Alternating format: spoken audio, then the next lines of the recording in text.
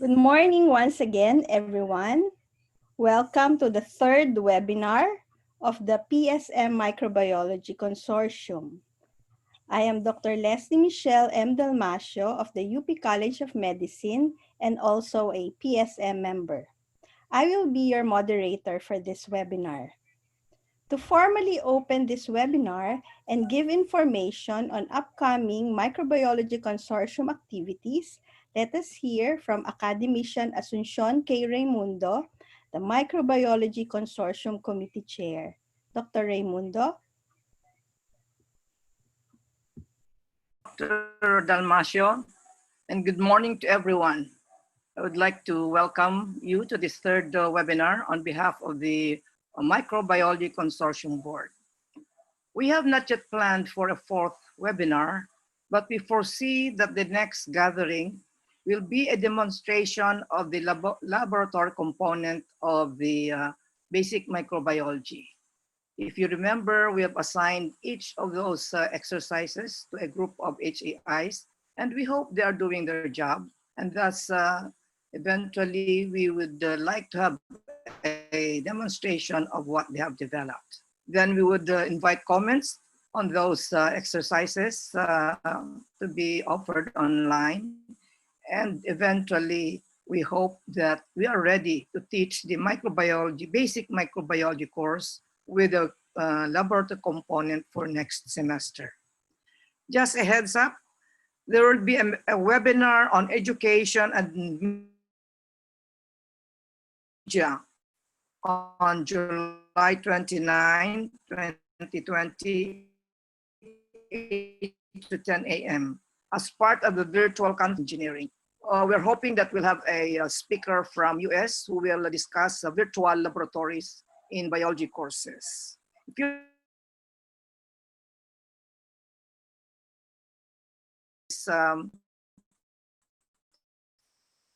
on the program of the science engineering celebration of their 40th anniversary. And I even encourage you to submit papers for oral and poster presentation. I hope that some of you did. There will be lots of interesting talks that you might want to attend. So just visit the website, paase.org, and register to the webinars that you would like to attend. On behalf of the Microbiology Consortium Board, I wish to thank my lost and found relative, Dr. Maria Rowena Raimundo, for having accepted again to be our webinar speaker, and to Dr. Marilyn Balolong, another Balik speaker, who will share with us their experience in UP Manila in assessing their microbiology consortium courses. And of course, our Suki host, Dr. Leslie Dalmasio, to PSM for its support, and to the guy behind all the scene,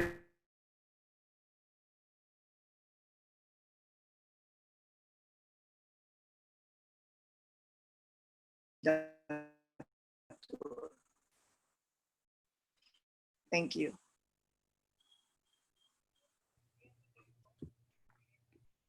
Thank you for that, Academician Raimundo. I think we are all excited for these upcoming activities. The past two Microbiology Consortium webinars tackled flipped classroom, blended learning, and remote instruction. For today's webinar, we will be listening to Professor Marilyn P. Balolong and Dr. Maria Rowena Raimundo about course assessment in remote instruction. If you have questions later, please type them in the chat box and we will acknowledge them during the open forum. We will now proceed to the lectures. Our first speaker is Dr. Marilyn P. Balolong. She is currently a professor of microbiology at the Department of Biology and a university scientist serving as the Associate Dean for Research and Public Service of the College of Arts and Sciences, University of the Philippines, Manila. She is a diplomate of the Philippine Academy for Microbiology. She was trained as a microbiologist starting in UP Los Baños and then in UP Manila, where she obtained the degree Doctor of Public Health in Medical Microbiology. I will now be giving the screen to Dr. Balolong.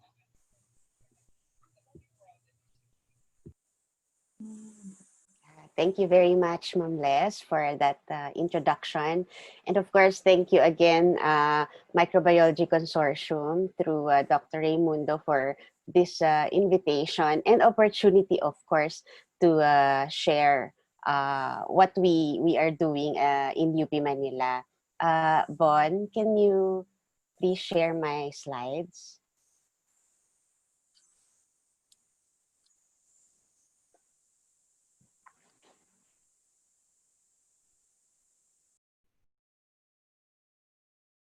Okay, so for this morning's talk, I'll be talking about the assessments and some rubrics for remote instruction. This is just a sharing. This is not going to be a highly technical introduction of all the tools, no? So I think Dr. Wen will be able to elaborate all those tools where yung pwede yung pagpilian later. So this is a sharing of our experience. Next slide, please. So I would like also to tell you that this particular presentation or sharing it's not just my hindi lang po to sa akin. So ito rin ay collection ng mga sharing or experiences ng mga UP Manila microbiology team. Ayan. Okay. Yan, okay. Sandali lang po yung previous slide. Yeah, okay. So I called it the microbiology team of UP Manila, no, because there are microbiology courses that are being offered by the Department of Biology at the College of Arts and Sciences. And this is the microbiology track of the BS Biology program. And then there is also microbiology courses being taught by the Department of Medical Microbiology. So sila naman yung medical and clinical courses. So I have gathered all their inputs here, and I think some of them are here also, and I would like to thank them for their wonderful contribution. Next, please. Ayan. So I think most of you can relate to this particular slide, no? So pre-lockdown, wala pa si COVID, these are our traditional assessments, no? So normally we would be setting up criteria on how to check or verify or validate the learnings, no, of our students, no? So it can be through exams, through activities in the classroom like quizzes, group discussions. We would ask them to develop a film or parang infographics, no, something like that. And in the laboratory, we also have like exams, practical demonstration, practical exams, return demonstrations, no, just to make sure whether marunong ka bang mag-streak, nakakapagbuhay ka ba ng bacterial colonies or fungal colonies. And then we will check whether the aseptic technique that we have taught them ay marireturn sa atin through the demonstration.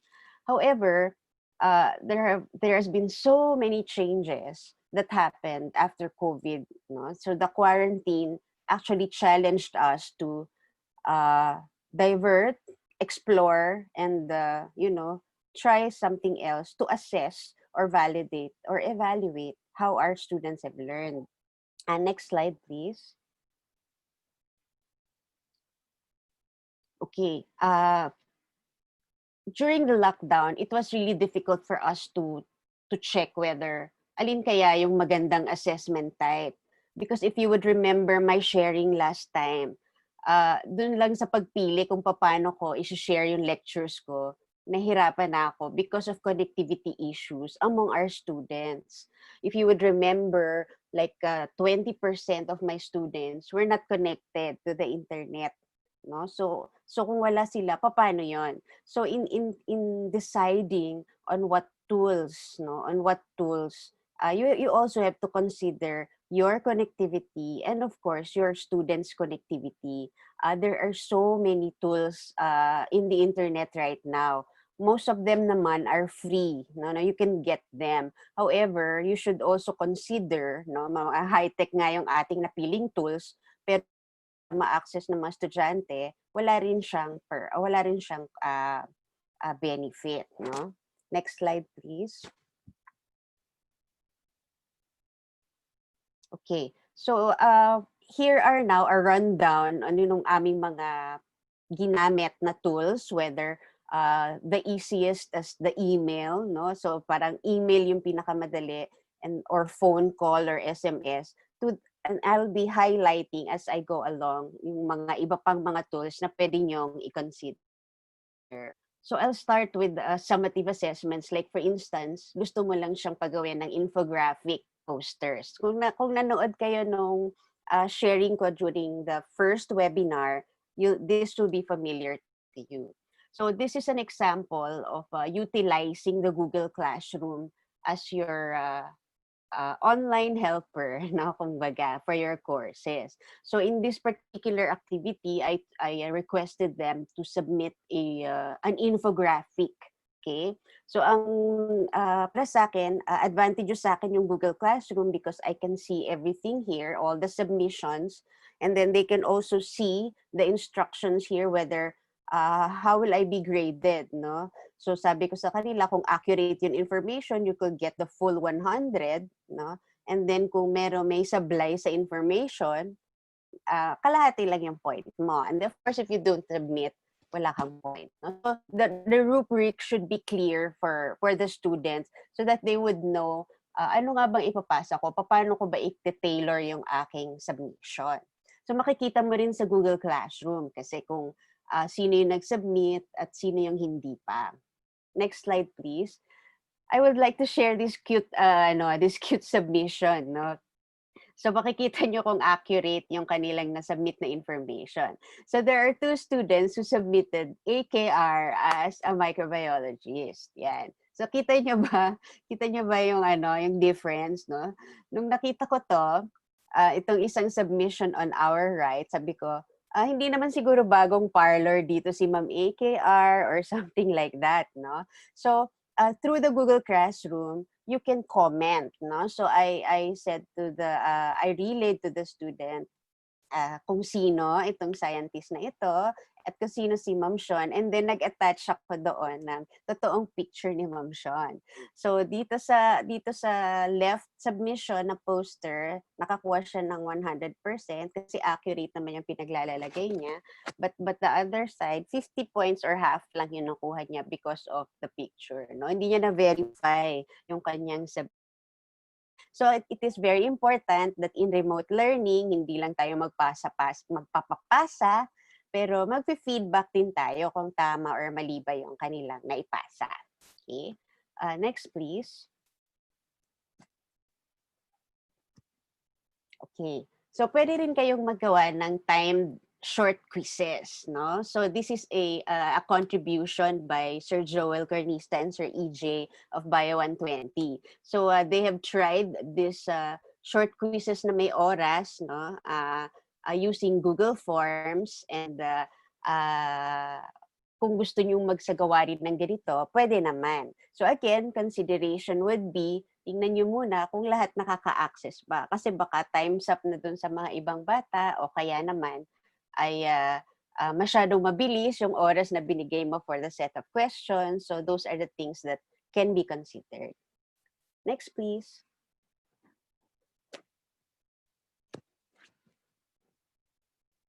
Yan. Pwede nyo rin i-explore yung Schoology. So yung Schoology, para siyang LMS or Learning Management System. So you can go to www.schoology.com. You can explore how you can be utilizing this tool for you. So ito naman si Ma'am Gigi Dairit and Ma'am Eva of the College of Public Health. They tried to utilize Schoology for their online quizzes. Next slide please, Bon.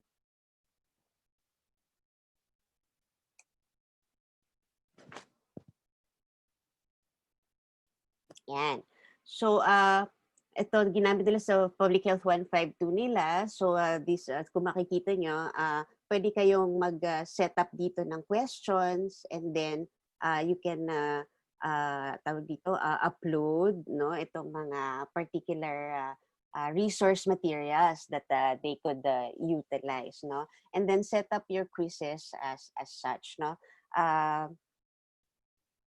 Relatively, Schoology is easy to use for a beginner, no. Na-try ko din to minsan. I think this was also presented by Dr. Iris last time. So if you wish online quizzes, either you go to the parang easy to use na Google Forms, o kaya you can try out something new like Schoology. Next, please.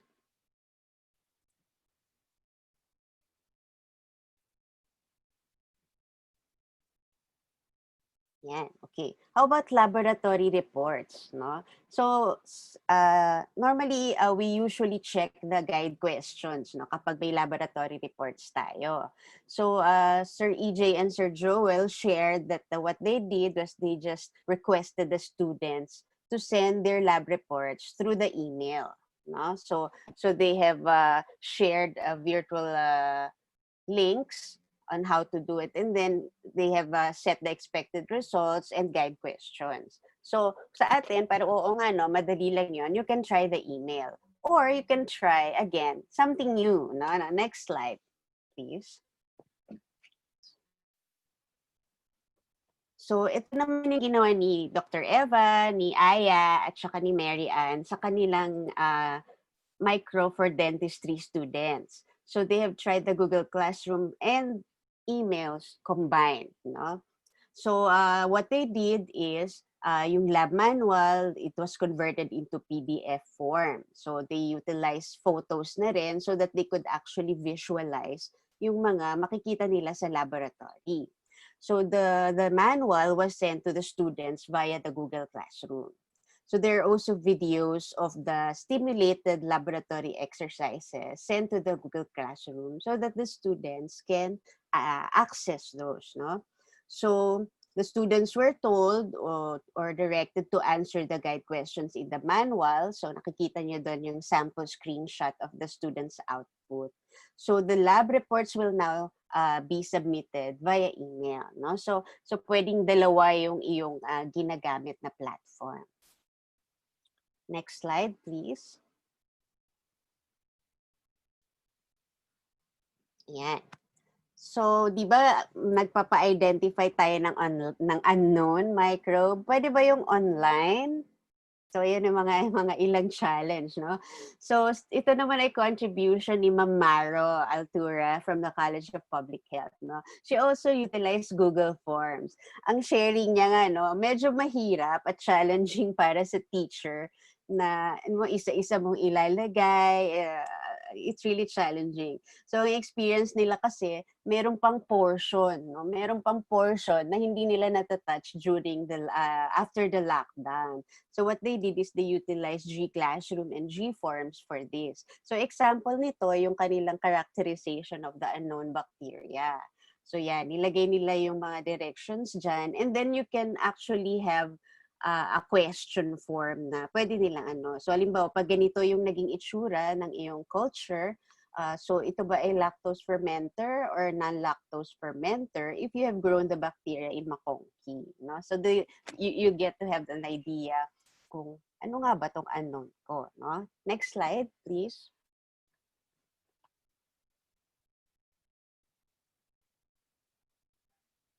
Yan. So, meron din siyang mga direct observations, color changes na pinapakita doon. And then, the students will be trying to interpret that. So, parang nasa lab din sila. Andyan yung mga culture sa harap nila, results. And then, anong meron dyan, no?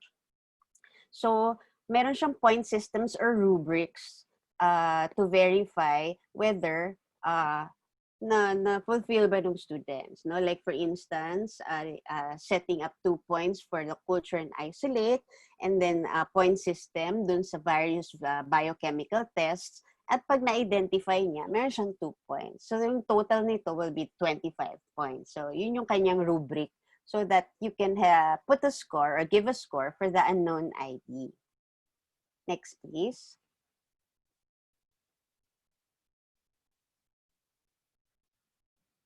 All right. How about objective exams? No? So, kanina quiz, parang okay lang eh. Paano kung exams, no?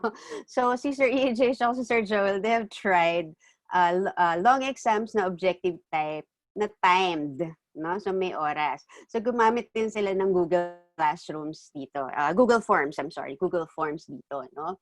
But if you wish to go beyond, no? So gusto mo yung mga higher order thinking skills sa laboratory, gusto mo silang mag-evaluate, gusto mo silang magkaroon ng mga analytical thinking kind of approach to answering an exam, you can do essays or analytical questions. So yung ganito, ginamit nila yung Zoom, no? So ginamit nila, they have utilized the Zoom, so the students are asked to answer the HOTS questions via Zoom. Next, please.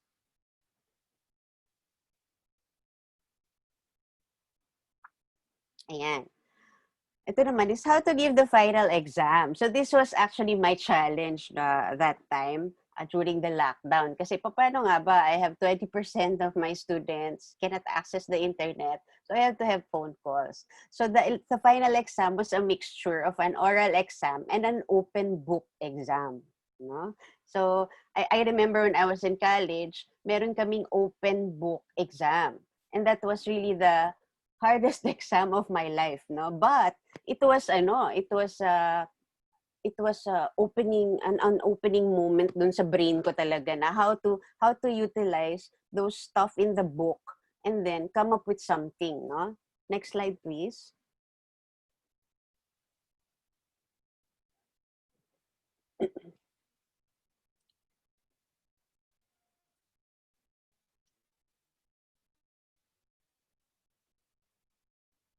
Yan, okay. So what we did for the is meron kaming date kung kailan kami magtatawagan.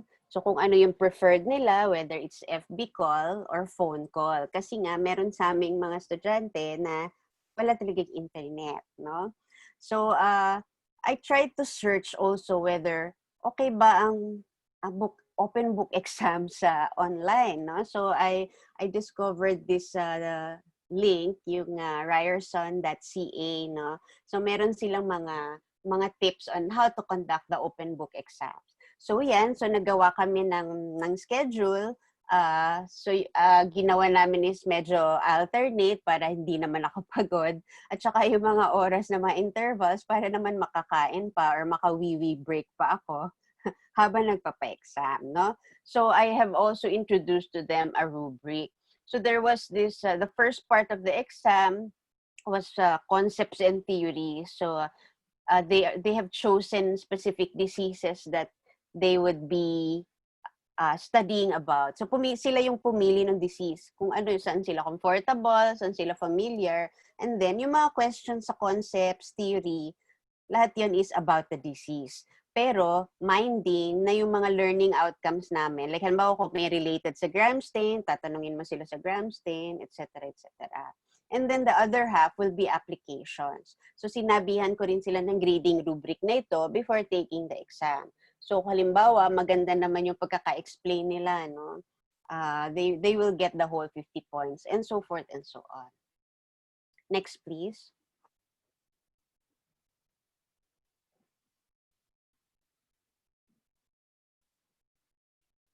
Yan.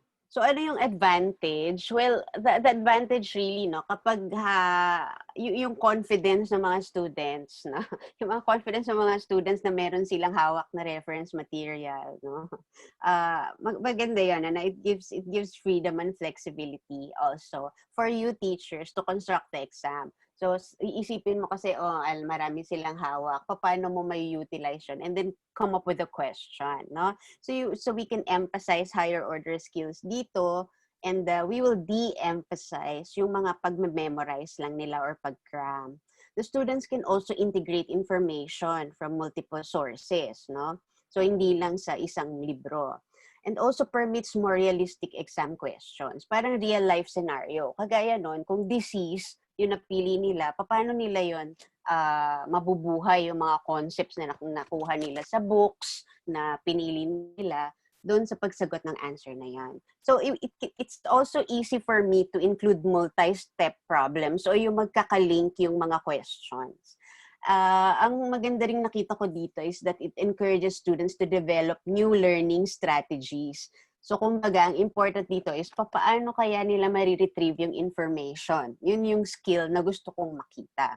However, the disadvantage dito, minsan since pag sinabi mong open book exam, parang chill na yung mga bata. And minsan, they really give shallow answers. So you should expect that. Pero you could lead them also how to de-shallow that, no? Kumbaga, i-deepen natin yung pag-answer nila. You can guide as they answer. Instructor workload may be increased kasi syempre, isa-isa mo silang tatawagan, isa-isa mo silang kakausapin. Like for this particular 1 hour yung dinevote ko sa bawat bata. I tried to observe them while answering. No? Talagang Google lang ang kanilang sinearch, no? Hindi sila nag-open ng mga textbooks namin or something like that. So it's really key now that we have to teach them how to Google effectively, no? Correctly, no? And then several type of questions na gusto mong itanong para sa open book, parang hindi applicable. Halimbawa, kung gusto mong mag-define sila or ng objective, kasi kumbaga parang pwede nila mabuksan sa yung libro at ma-pinpoint. So no use, no? Yun. So next slide, please. Pero you can try open book exams. Next slide po. Ayan. Okay. So the challenge now for us is use a learning management system where you are comfortable. No? Kasi marami talagang learning management systems now. It depends on ano yung i-adapt ng school mo or you can get a free account from the internet. No? Like for instance, sa amin sa UP Manila, we are encouraged and now being trained to use Canvas. No? So this is an example of some screenshots of Canvas. No? So for me, it's kind of easy. No? Hindi ako techie, no? Pero sa tingin ko, madali lang siyang So it's like leveling up your Google Classroom experience. So kung comfortable ka na sa Google Classroom, pwede yung itry itong Canvas. No? Tapos mas marami din siyang functionality na matutulong in addition to the Google Classroom. But then again, if you're happy with your Google Classroom, it's fine. No? Sabi ko nga kanina sa start ng aking sharing, mas okay kung saan ka comfortable, ang connectivity mo ay naaayon, at saka na-access yun ng mga students. And then also, the challenge would be learn some new tools. So I will be sharing to you a cute tool called HP5 na ginawa or ginamit ni Dr. Frestel Climacosa of College of Public Health. Next slide, please, Bon. Yan. So this is HP5. You can this is also free, no? Pwede nyo rin siyang gamitin on your own. Just go to hp5.org. Next slide.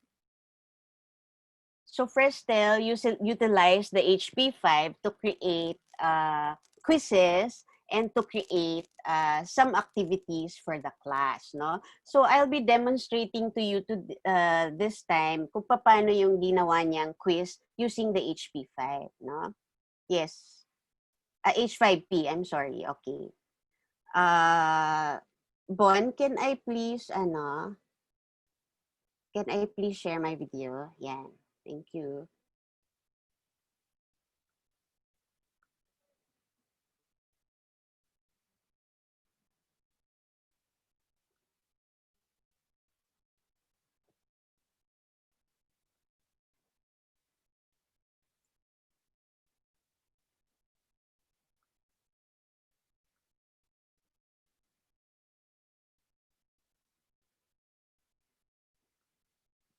Ayan.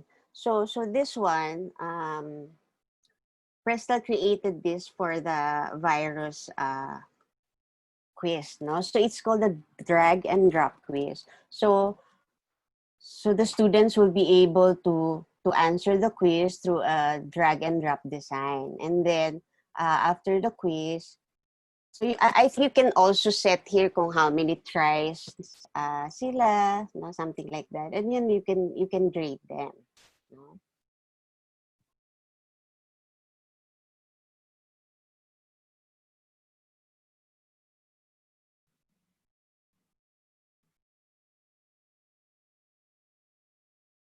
So in a way, while they're also answering this particular quiz, so magkakaroon din siya ng ng time to read and understand about this particular topic, which is on viruses.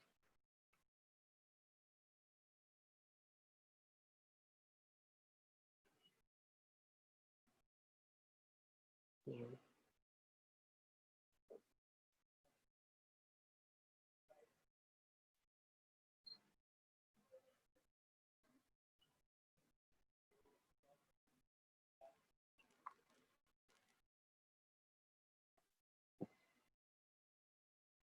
Yan. So you can have a grade kaagad after masagot yung quiz. No? Yan. Okay.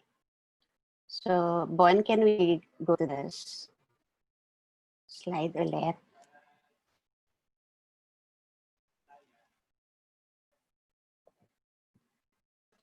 Yan, thank you. Next slide, please. Sige, next slide. Yan. So, another one is a class activity. No? So, this class activity was also done by Frestel for the respiratory module. So, parang you can actually get a virtual laboratory, no? Or utilize a virtual laboratory, and then you can have your class try the virtual laboratory activity. Okay? So, Bon, I'll be sharing another video, please, nitong respiratory module.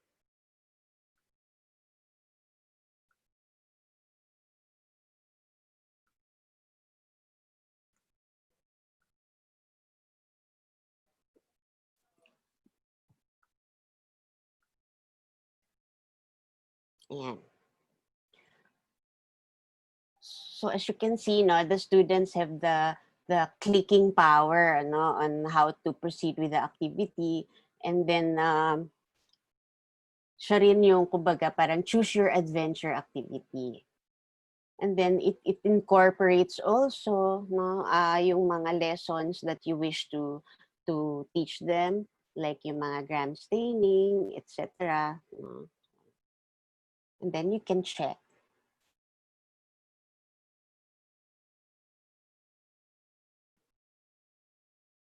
So I think there are various virtual laboratory assessments that you can also see in the internet, which is free, no? And I think the Microbiology Consortium is also working hard to collate these particular materials for everyone to access later on.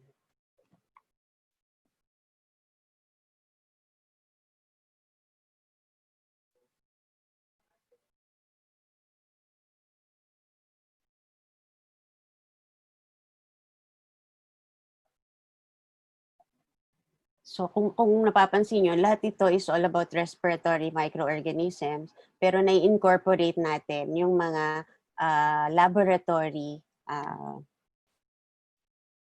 procedures that we would like them to learn. Yeah. And then you can identify that organism.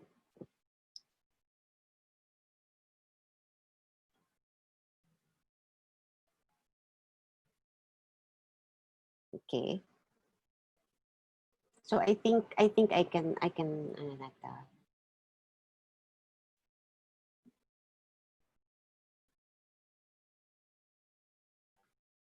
Yan.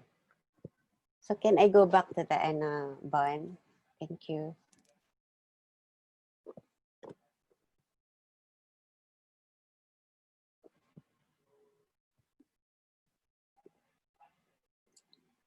Yan, sige.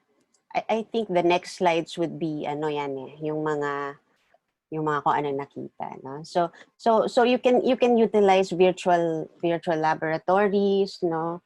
I think if you would remember also last time, although hindi pa namin na-try previously during the lockdown, ang tinatry ko po ngayon ay yung EdPuzzle, no? So kumukuha ako ng mga virtual laboratory links, tapos ganyan po yung ginagawa ko. And then you can create multiple choice questions along the way as you view the virtual the videos, no? I think pa-end na po yan. Sige, next slide please, Bon. Sige lang. Yan yung mga nakita natin kasi sa video. I just made a slide in case na hindi mag-work, no? Okay. Yes, okay. So here are some insights from that, no? So online tools supports real-time. Ay, pwede pa balik. Oo. So kung online tools, no, it could really support real-time real-time checking or marking, no? So kumbaga hindi na naiipon yung mga i-check natin like last time or previously, no? However, online tools can be time-consuming for teachers, no? Pero ang masaya nito, yung fulfillment siguro nito is fun for the students, and then they can appreciate you, no? So Frestel here actually shared, no, yung insights ng mga students on how they have enjoyed online materials, online tools na ginagamit niya, no? So hindi ko lang din na-share, no, pero yung mga students din, meron din kaming parang ginawang survey on how microbiology approach namin sa micro after the lockdown was done, at meron din sila mga ginawang positive feedbacks and ano yung mga downsides. It is very important siguro to consider the downsides, no? Kasi para makapag-improve tayo at saka ma-adjust natin yung sa susunod na semester kung paano aayusin, no? Next slide, please. So I think the most common challenge sa atin ngayon in redesigning our course for online would be these particular questions. And I'm sure this will be tackled by Dr. Wen later. So, yun nga, no, how can we really plan yung mga effective examinations? How could we administer, no, considering yung ating mga takot sa mga academic integrity and all, no? How do we administer practical exams, objective exams? Paano kung application exams? And different universities will have different experience in class size, no? So merong mga class na 20 to 25 students lang, which is manageable online. So there are some classes that have 40 to 50 or even 100 to 120. No? So if we'll be having those kind of class na parang nagwe-webinar ka na sa dami ng estudyante, so paano nga ba natin i-redesign yung mga activities and the assessments, no? So with that, I thank you for the contributions of the Faculty of Microbiology of the College of Arts and Sciences and the College of Public Health. Maraming salamat sa inyo. I think if you have questions later, tatawagin ko sila to answer that, no? And again, thank you again for MCC for this invitation to share what we have done so far for microbiology assessments in UP Manila. Salamat po.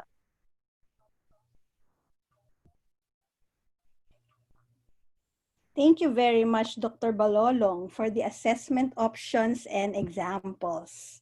Once again, I am reminding everyone that we will have a designated time for questions after the 2 lectures. So the next lecture will be given by Dr. Maria Rowena Raimundo. Dr. Raimundo is a graduate of the UP Open University's Master of Distance Education program. Currently, she is the chair of the Master of Distance Education and Graduate Certificate in Distance Education programs, and also the assistant to the Vice Chancellor for Academic Affairs on Quality Assurance of the UPOU. She is also an obstetrician gynecologist with subspecialization on infectious diseases. She obtained her MD from the UP College of Medicine under the 7-year intermed program. She was also a former clinical assistant professor at the UP-PGH Department of Obstetrics and Gynecology. Aside from her work at the UPOU, Dr. Wen is an active clinical trialist and researcher. So it is my pleasure to give the screen to Dr. Raimundo. Thank you, Ma'am Les. Good morning, everyone. And again, I would like to thank the Microbiology Consortium for having me this morning and for giving me the opportunity to share what I know about assessment for microbiology courses. Before I begin, I would like to just orient you that I have redesigned my slide deck. These slides are not meant to be read or to be presented in detail, but knowing that, realizing that many of you might be relying on the video or on a PDF file, I normally do not put all the information on the slide, but for this particular talk, I did most of it to as much as I was comfortable with, so that you can get the information even by just reading it. So this talk is about assessment, and I'm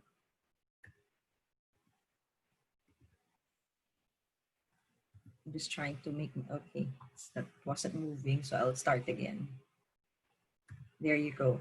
An overview of this talk is this. This slide shows you the overview. First, I would like to just share some key principles because this is what I'm going to talk about is more of the pedagogy, because you've already heard the on-the-ground experiences at UP Manila here of Ma'am Len.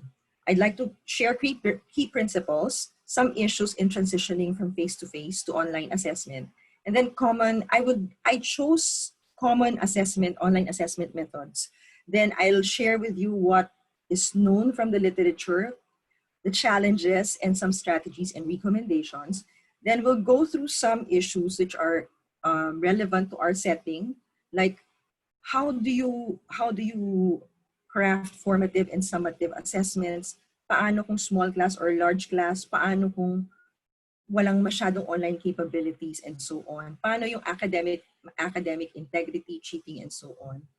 So first, assessment is, these are methods, assessment methods are used to determine the extent to which learners achieve the intended learning outcomes of instruction. So it's not a question of can we use OBE in remote instruction. It's an imperative. Your remote instruction should be informed by outcomes-based principles.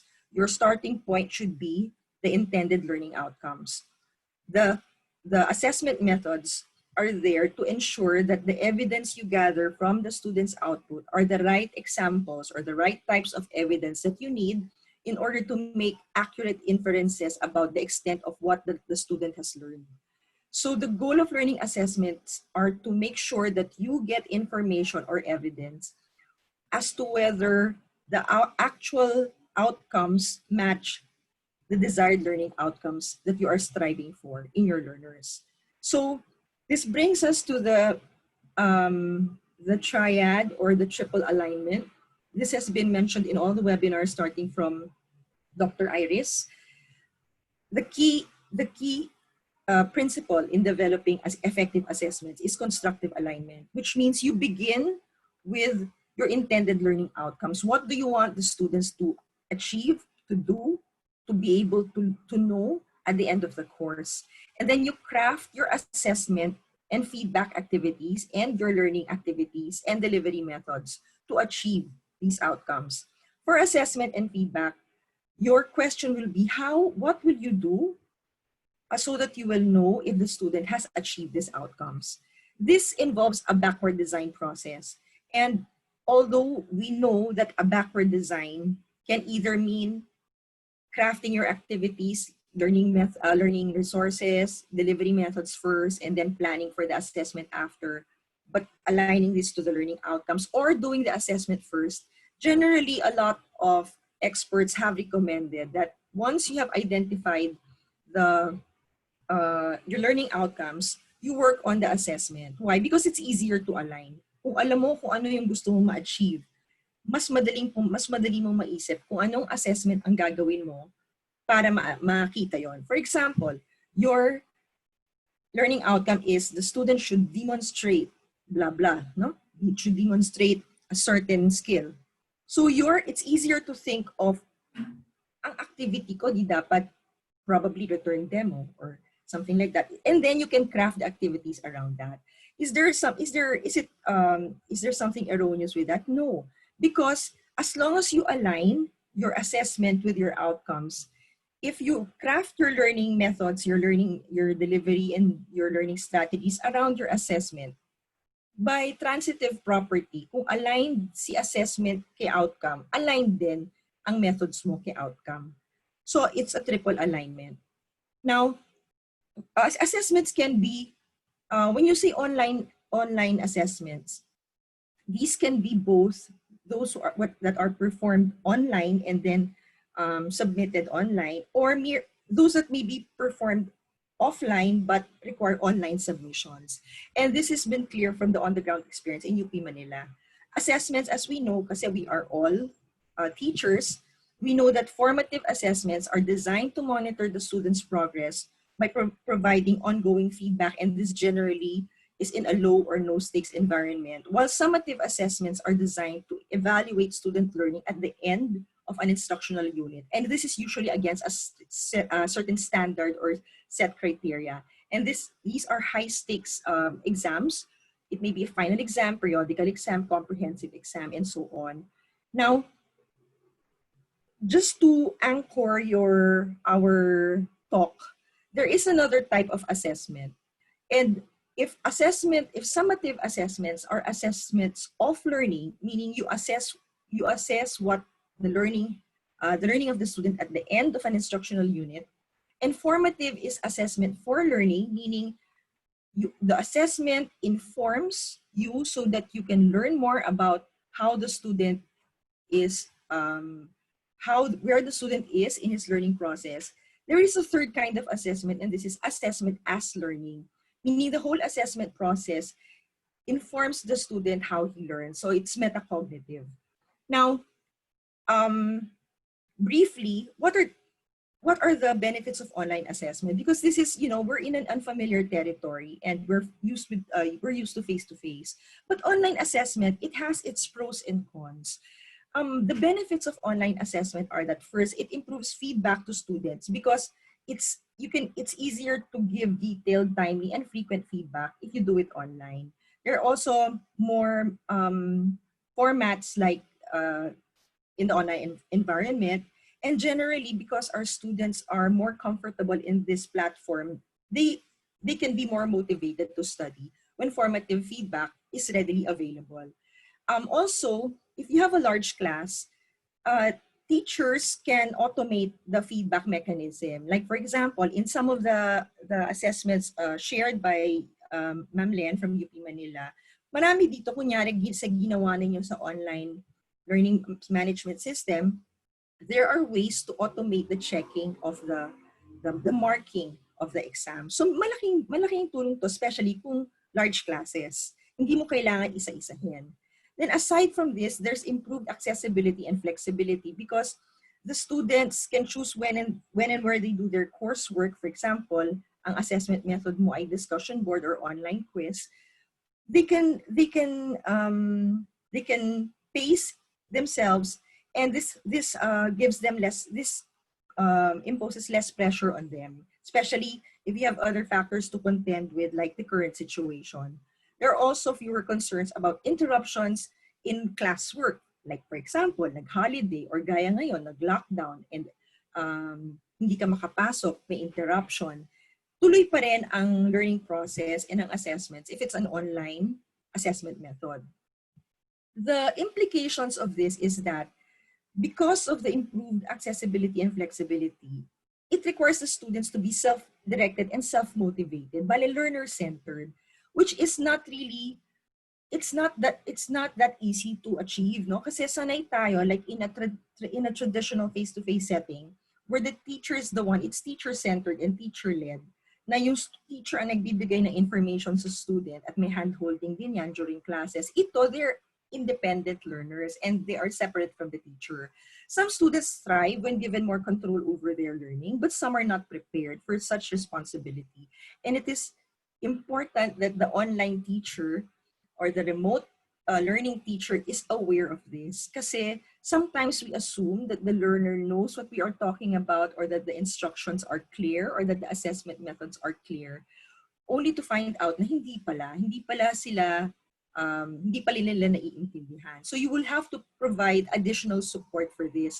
Familiarize your students with online assessments, establish good online communication. The bottom line is once you roll out a course online, and I'm just talking about assessment, but generally for everything you do, including your online learning resources and your teaching strategies, it should be contained in a very clear course guide and outline that explains in detail the expectations of the online assessments, the corresponding weight, the manner in which it is going to be delivered, the purpose the purpose for which this is being delivered, and the rationale kung bakit ganun activity ang choose nyo para maging online assessment method. So maraming concerns. May concerns on teacher, may concerns on students. For this, I'll go first with the concerns of the teacher. And I will focus on the first three kasi academic integrity, high workload, and student isolation concerns. Because yung technical issues, I will discuss that together with the technical issues that are also concerns of the student. We've always been talking about our concerns with academic integrity, and we have a valid reason to do so. Kasi for yung mga, even for yung mga lower stakes na kunyari mga assessment methods, nag-worry tayo about plagiarism, di ba? O kaya other students being graded, otherwise getting unfair advantage over their peers. Pero ang pinaka concern, and from experience, I am aware of this, is yung cheating during exams. And it's valid kasi hindi mo, given the technology that we have and the resources available to us, and also the resources that our institutions have, there is always, hindi natin fully ma-address itong concern with cheating. And knowing that, kunyari, madali naman mag-screenshot, di ba? And madaling gumawa ng paraan sa mga mapaparaan na estudyante. At saka alam mo yung mentality na kahit anong gawin mo, kung gusto mo mag-cheat, hahanap ng paraan yan. Di ba? Kahit anong gawin mo. So that's a big concern. Tapos, ang feeling din ng teachers, kung wala ka doon at hindi mo sila na monitor, kung walang in-person proctoring, baka we will not have the ability to monitor the students to ensure academic integrity. Tapos kahit naman gustuhin mo, and even if there are methods to ensure academic integrity with proctoring methods, sobrang mahal or sobrang resource intensive or wala tayong logistics to do that. So we can only do it to a certain extent. Paano natin masasa-address ito? Ito talagang best effort na lang kasi wala, limited ang ating resources. Diyan din siguro papasok ang creativity at innovation na pwedeng gawin ng teachers. Galingan ng pagdiskarte, di ba? Kung ano naman tayo, mga Pilipino naman tayo na magaling tayong, very resourceful tayo, magaling tayo gumawa ng paraan sa low resource settings. Maybe this will be a motivation for us to think of ways para ma-address ito. Now, kunyari, when you in the online proctoring, in the online learning management platform setting, yung mga LMS, o kaya kahit yung mga simple lang na Google Classroom or yung mga ibang suites na available sa atin, may mga simple measures for protecting academic integrity. Kunyari, you can it's in the way you craft your exam, and this is platform specific. So, ibig sabihin, kung Canvas ka, kung ano yung capabilities ng Canvas. Kung Moodle ka, kung ano yung capabilities ng Moodle. Kung wala kang learning management platform at nag-Google ka, pwede ka namang, meron din siyang kanyang capabilities. You can randomize your questions. You can shuffle the order. You can create a question bank. You can vary the numbers. When the student is online, you can block, taking the exam, you can block the access to other course content while the exam is ongoing. Kasi pwede ka mag-shift eh. May some platforms, they can indicate, there are indicators kung ganong katagal nag-hover ang student over a number, kung nag-shift siya kung nag-switch siya ng window, kung ganong katagal did the student browse through all it and then go back. Tapos meron niya mga algorithm at meron niyang data para to show if there's something fishy that you're supposed to be aware of. But their measures, the mechanisms are in place, but generally it's platform specific and technology specific. Now, meron din sa anti-plagiarism software, I'm sure you are aware of, meron naman, like may mga Turnitin. But this is used in conjunction with the platform again, and it's usually institutional. Kunyari, Turnitin is an institution, it's institutional access yan, no? So, if it's made available by your institution, you're lucky kasi meron kang anti-plagiarism software. If you don't have that, you can do that.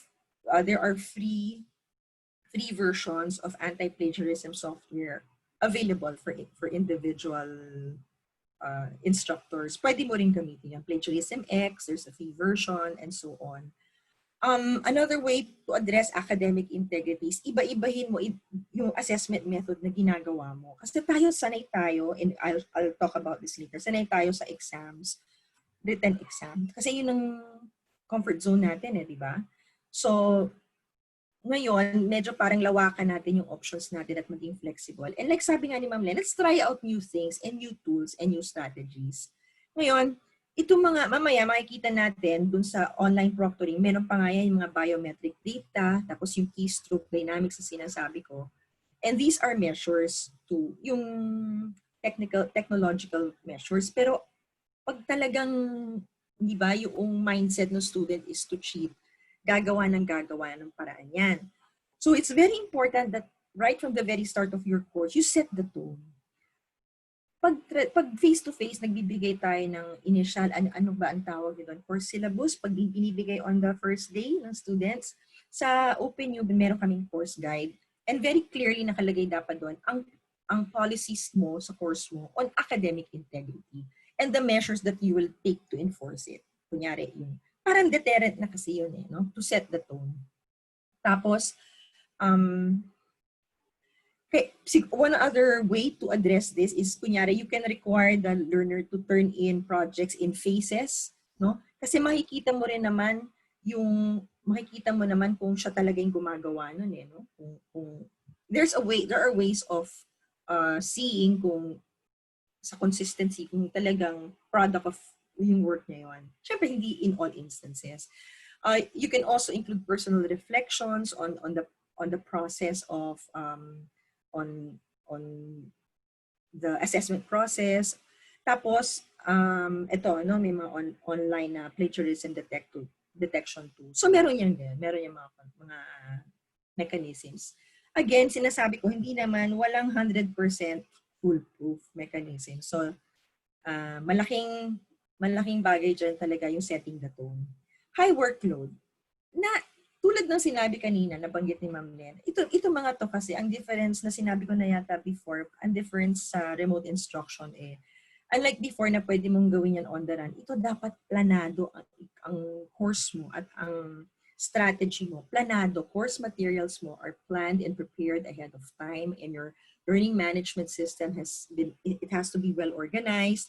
May measures in place for communication. So, bottom line is, front-heavy to. Yung mga teachers need to invest a lot of time and effort at the start of the course and also in checking assessments. And this is crucial for large classes. Can you just imagine kung kunwari, dan din papasok ang pag-design mo ng course. So, kung meron kang class of 200, medyo i-reconsider mo yung plan mo na mag-design ng assessment, kunyari, na which will require you to check every single one na essay, for instance, for 300 students. You will have to reconsider. It all brings you again back to your learning outcome. Kailangan mo ba talagang mag-essay para ma-achieve yun? Wala bang ibang way, di ba? So it brings you back to your outcomes. Now doon naman tayo sa concerns ng student. Tulad ng ito pala muna, no? Concerns of the teacher, may na misplaced na slide. Ang students kasi, pag online, hindi naman, wala sila sa physical classroom. So, kailangan din, ang isa sa mga concerns mo as a teacher is how, kasi pag gumawa ka ng assessment strategy, meron yan opportunities na mag-increase ng interaction among students. Kunyari, peer feedback. discussion boards, creating a community of learners. So pwede mo rin i-factor in yon sa design of assessments mo in your course. So parang it needs to be intentional when you're thinking of assessment methods, yung connecting the students para ma-mitigate yung concern mo about isolation and transactional distance in online learning. Now ito, students' concerns. Chef, meron din silang concerns regarding equity and fairness. Kasi pag hindi nila nakikita yung other students, minsan naiisip nila, baka nasasalisihan ako or hindi ba may nalalamangan ako ng mga classmates ko? Are they cheating? Napapansin ba ni ma'am, sir, na parang nag-cheat sila, di ba? So, that's the reason why when you give assessments, online assessments, dapat transparent ang rational mo at ang reason mo for doing so, as well as the methods used for determining the grades, so that mas maintindihan, mas ma-reassure, no, yung estudyante. Students are also actually concerned with their instructors or their teachers' competency with technology. For example, kasi alam naman nila na very techy yung manner ng pag-administer kunwari ng online exam. Iniisip nila, alam kaya ni ma'am, sir, yung mga ginagawa nila. Talagang baka mamaya mag-effort ako magawa nitong assessment na to, tapos hindi pala niya mag-grade in a wrong way or hindi siya parang si teacher ay hindi masyadong bihasa dun sa kind of tool na yon. So parang nandoon yung apprehension. So on our part as teachers, dapat familiar tayo with the learning technologies that we are going to use and that we plan to use. No? One way also to address this is mag-mock exam ka. Kunyari gusto mo mag-online exam. Tapos online quiz for one of the assessment methods. Pwede kang mag-practice exam or mock exam na hindi graded para lang familiar yung mga students doon sa platform mo at saka sa format of delivery mo. So, does it matter ba? Does it matter that it's online or face-to-face? Ang sabi ng evidence from literature is that if your online assessments are well-designed, there's actually hardly any difference in student achievement and grades kung well-designed online at face-to-face. So, kailangan talaga pag-isipan mo yung pag-design mo, hindi lang pag-design mo ng assessment methods mo. Kailangan may purpose to what you're doing. And again, it should all be related. It all goes back to the learning outcomes. Tapos, it's aligned with the outcomes, the strategies, the delivery methods, and the resources that you provide. Dapat it's all tied together. So now we're going to the meat of the talk. Kasi ito ay mga online assessment methods at saka yung mga learnings from practice and literature, strategies, and recommendations. So kanina, ito yung mga inisip natin na concerns, di ba? Ano ang pwede nating gamitin for lecture at saka sa lab?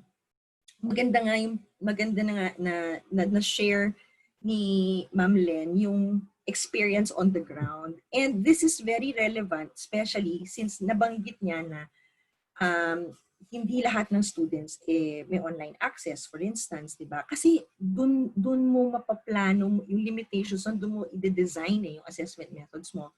Then, formative ba to or summative?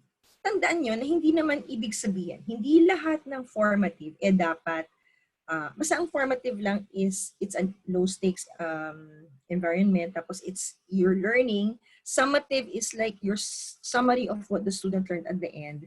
Hindi naman siya kailangan laging exam, di ba?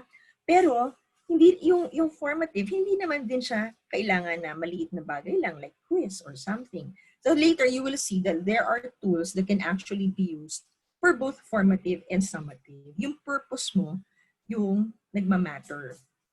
Tapos, we will learn about yung two kinds of assessments. Meron kasi, pag sinabing exam assessment, ito yung mga written. Isipin nyo na lang ito yung mga karamihan written exam. Tapos yung mga performance, yan yung mga mas authentic assessment. Yung mga, let's say, alternative methods of assessment like projects o kaya practical exams and so on.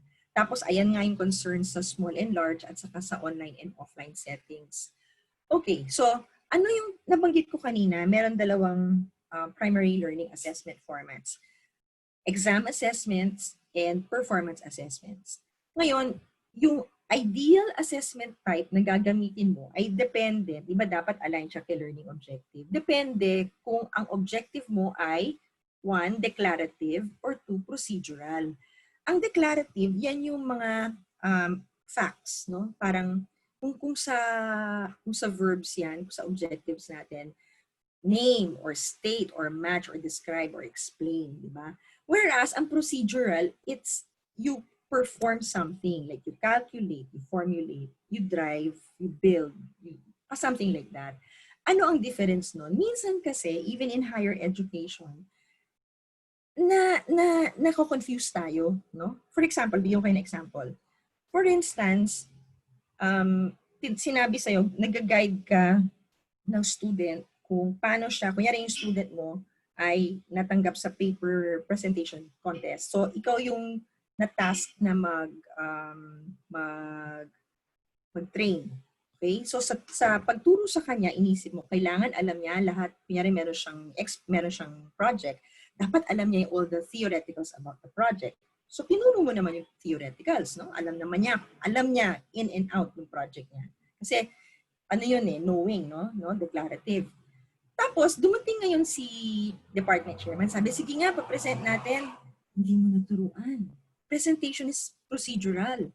So, alam ni student lahat ng gagawin, alam niya yung info, hindi siya maalam mag-present. Kasi hindi mo na ituro. O di sabi mo, teka, my bad. I need to teach sige po ma'am, sorry po, sabi mo kay chairman.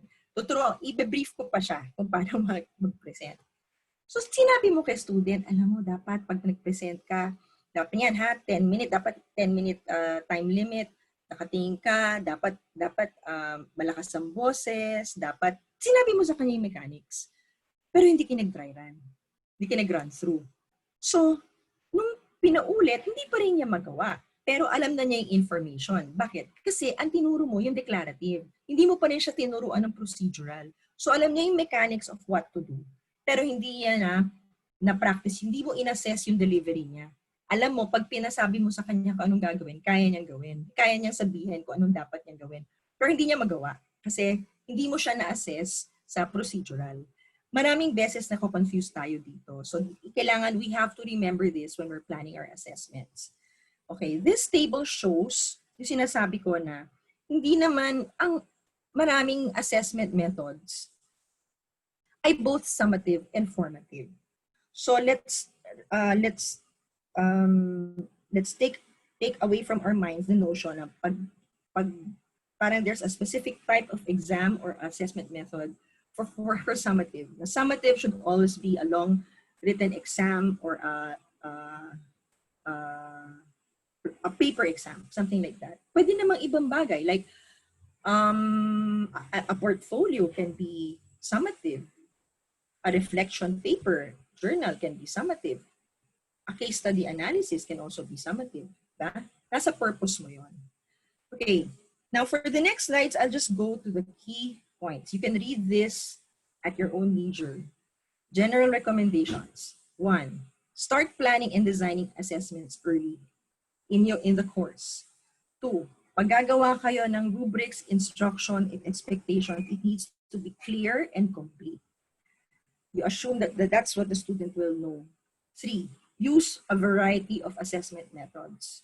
4, tulad ng sabi ni Ma'am Len, maganda kung magka-incorporate ka ng higher order learning opportunities and interactive methods dun sa resources, sa methods mo, kasi it increases engagement with assessments sa students. Kasi mas parang motivated yung mga students, no? Mas deep yung engagement nila. 5th, pag magbibigay ka ng formative feedback, be specific and detailed. Kasi less helpful siya pag hindi siya specific. Dapat action-focused, what the learner should do.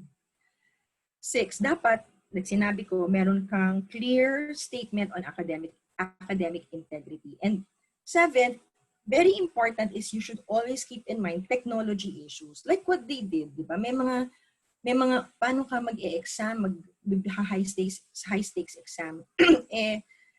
wala namang access sa internet yung students mo. So what they did at UP Manila was call or kaya oral exam by calls or messenger call. Di ba parang ganun? Parang iisipin, ipakikibagayan mo yung available technology. Okay. Now, we go to the 5 most common assessment methods. Ito, pwede tong formative, pwede tong summative. Una muna tayo sa discussion board.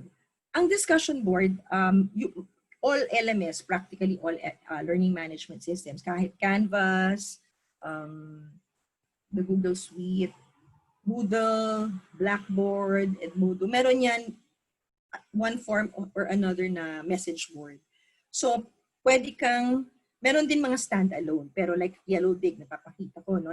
Tapos ang Yellowdig also has social media features. Kaya lang ito, this is institutional and also dapat paid version, walang free version yan. In discussion boards, meron kang, it's like a forum na pwede kang mag-post ng question and then students can reply to it and can reply to each other. You can use this for big classes or small classes. Kaya lang, pag big class, it can become unwieldy. So what you can do is you can divide the students into groups at saka iba-ibang discussion boards for different groups. Then you can team teach. If you have an assistant, you can ask for help in moderating these boards. Now, this is an example, for instance, of a discussion board in Moodle. No? This is in my class. So as you can see, meron nakapost na question. Kunyari dito, may nakapost na question. And then, sa ilalim, makikita mo na nagre-reply yung mga estudyante. And sometimes, nagre-reply din sila to each other. Now, this is the one I was telling you about. It's similar. It's Yellowdig. It's similar to a discussion board, but it has more social media functionality. So, parang ang feel mo, parang Facebook. Pero ang labas niya, para ring wiki. Alam mo yung kung sanay kayo sa mga Quora or something, pwede ka mag-post, hindi nakalagay lahat doon ng answer. Siguro yung top answer nakalagay. So, pag large classes, maganda rin sana to kasi hindi mo nakikita all 150 replies. No? Unlike yung parang ganyan. No? Ito, parang lumalabas yung top answer. Tapos, pwede kang, mas nagiging concise siya. Now, what is the evidence? From the literature, sabi, ito yung mga nakakatulong na best practices. One is to maintain continuous discussions through the course para mag-develop ng relationship yung student, parang interaction ng yung students. Two is you facilitate the conversations and you provide specific topics. Pero just to keep them on track, hindi mo naman kailangan na lagi kang nandun. Parang you're moderating or facilitating. If the discussion goes medyo off tangent, babalik mo lang. You can also give personalized feedback to give the students guidance. Now, again, evidence from the literature, sabi, you can set limits for the number of words that the students use in each post. For instance, sabi mo, limit your in 150 words, limit your post to 100 or 250 words para mas maging concise and manageable. You can also assign facilitator roles to the students. Kunyari, yung isa parang devil's advocate. Tapos yung isa parang siya yung moderator. Yun nga lang, dapat if you're planning to use a discussion board, ititimbang mo siya with the other activities that you're planning to use, no? As an assessment for your course. You can use this for formative assessment.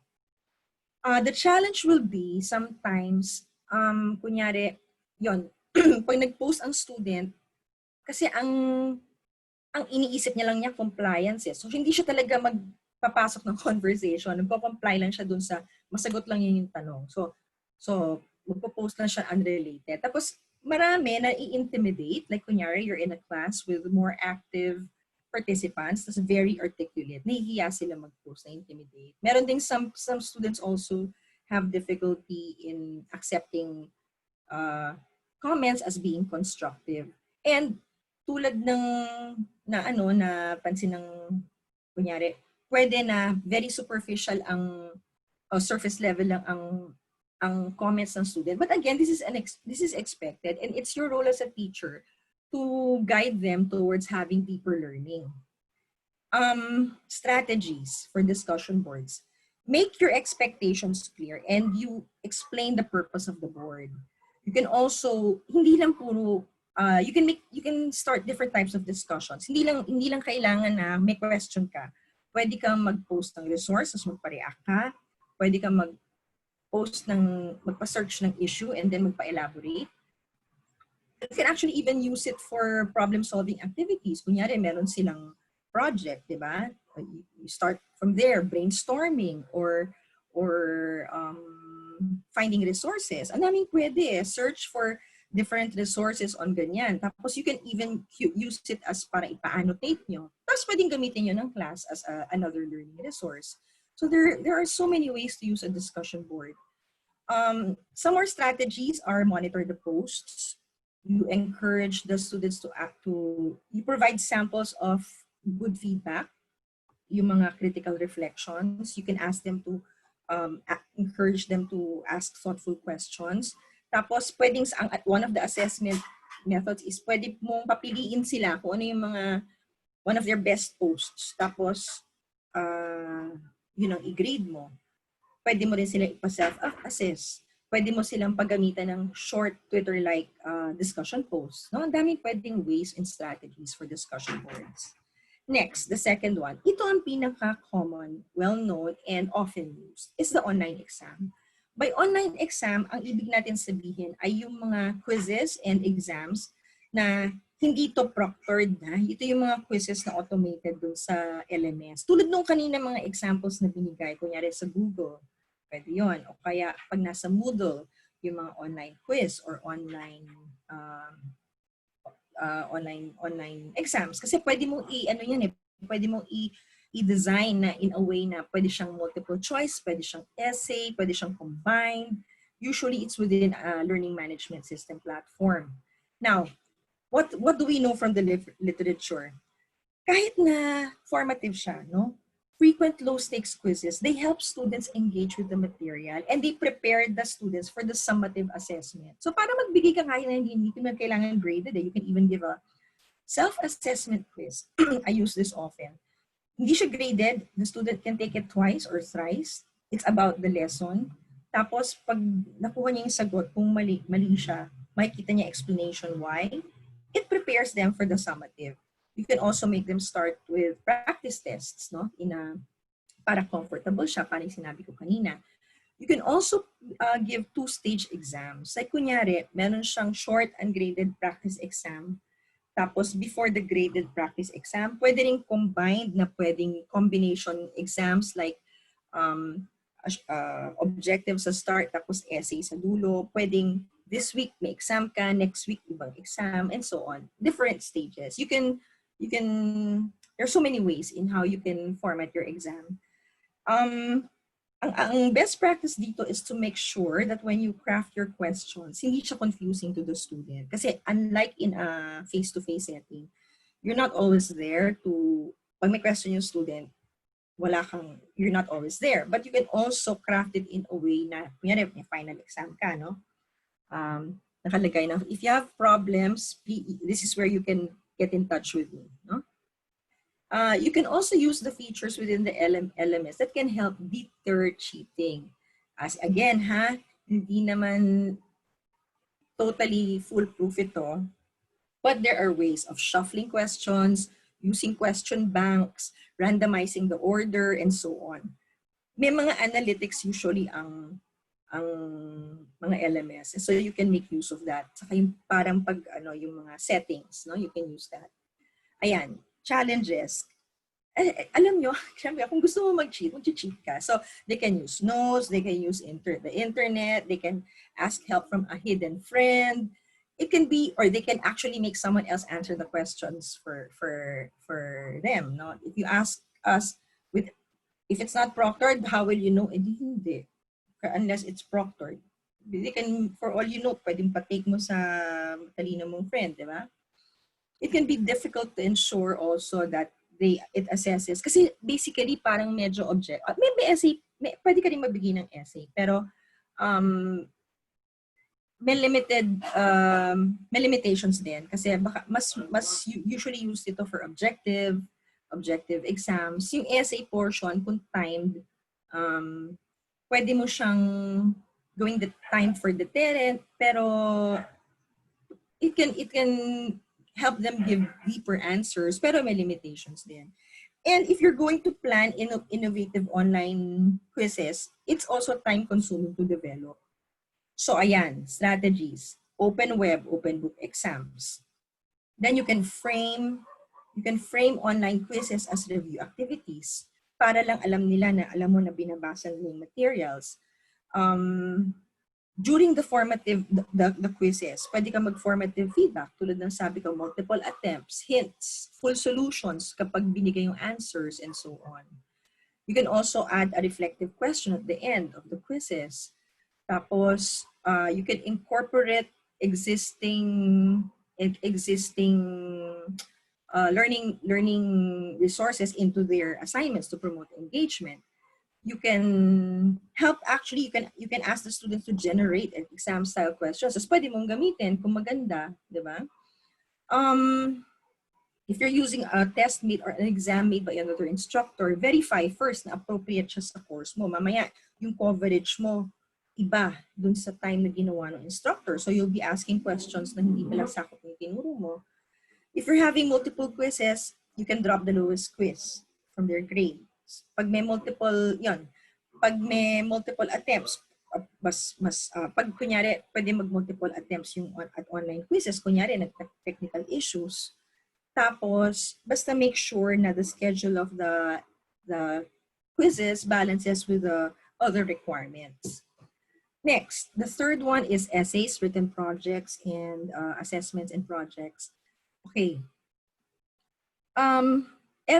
Best practice is, instead of being too nitpicking on the length, no, siguro mas maganda instead of mag-design ka na lang ng short assignments or quizzes para mas maging creative sila, except as opposed to long essays na mag-focus yung students na mag-satisfy ng word requirement. Pwede ka rin gumawa ng assessment tool din, actually, ang blogs or discussion posts. Ito, students love this, actually. Hindi ibig sabihin na porque science, microbiology ang discipline nyo, ay hindi pwedeng gawin to. No? There are a lot of science-related microbio blogs and discussion posts. Kasi they like it, and this generation likes the collaboration and the social interaction. Tapos, ayan, specific, action-focused, formative feedback. Now, this is one interesting assessment tool, no, na I'd like to share with you lang. There's actually a website for it. It's called the Petsa Kucha. In a nutshell, parang you make the student create 20 slides, and then dapat each slide may 20 seconds of commentary. So, short lang. Pag pinlay niya yan sa slideshow, dapat wala pa yung 7 minutes. It's concise. It forces them to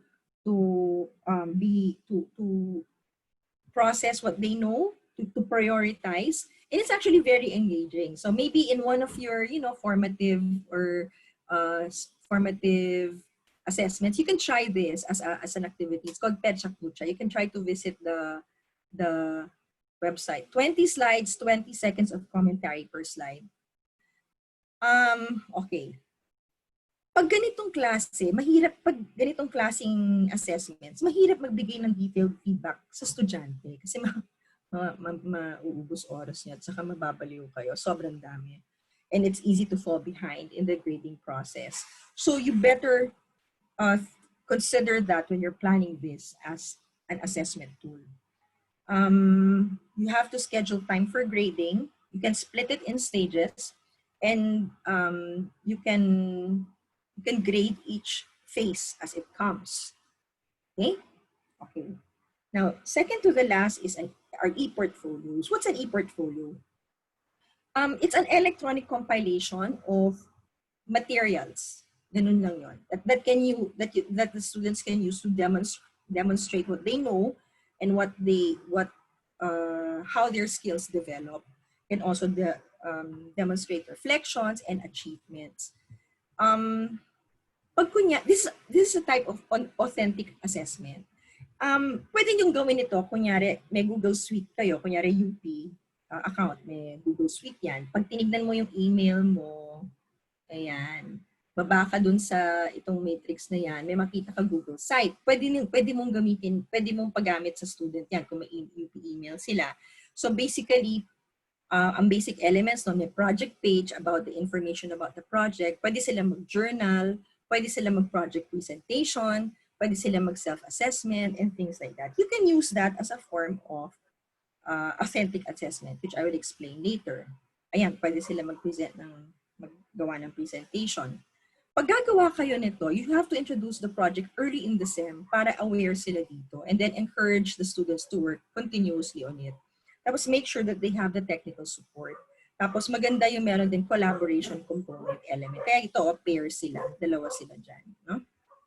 Pwede mo yan, kung large classes, you can divide them into groups, tapos magpa-e-portfolio ka per group, pwede yun. Now, yan, give them detailed instructions and then develop a grading scheme para meron silang, para yung final weight, para makascaffold yung project do sa mga earlier lessons mo. Tapos right from the start, you provide the students with a clear rubric para alam nila how they will be evaluated. Pwede rin sila mag-submit ng interim, yung parang draft portfolio midway through the SEM, parang to show at that point kung ano yung na-learn nila. Pwede mong lagyan ng opportunities for reflection, di ba? So, pwede mo silang bigyan ng, para maano yung creativity nila, pwede mo, let them be flexible. Actually, pwede itong gawin na physical portfolio, tapos i-upload lang as a PDF. Kasi hindi ba sinabi ko naman, online can mean you do it offline, and then you just upload on submission. Lalo na pag wala silang internet connection. Pwedeng gawin yon, no? Hindi mo kailangan ng Google site. Pwedeng gawin nila offline kasi submit. And lastly, we have online peer feedback. It's a type of assessment kasi it allows the students to give comments on a project, an assignment. Tapos it increases student accountability and motivation. You can also choose not to grade students on the feedback they give. Kasi minsan ginagamit natin ang peer assessment pag may group project. Kasi gusto mo malaman kung nag-work lahat ng students sa group. No? Kasi malalaman mo, kunyari 8 yung participants. Kahit may mababait na magbibigay ng full points, kahit hindi naman nagtrabaho, it's hard to do that for everyone. So makakatch mo rin yan. So that's an example, dapat meron ka evaluation form. Ito yung quantitative part, ito yung quali. Tapos, ayan, clear naman yan. Ayan, students the challenge there is that hindi mo alam kung fair or effective feedback ibibigay ng students.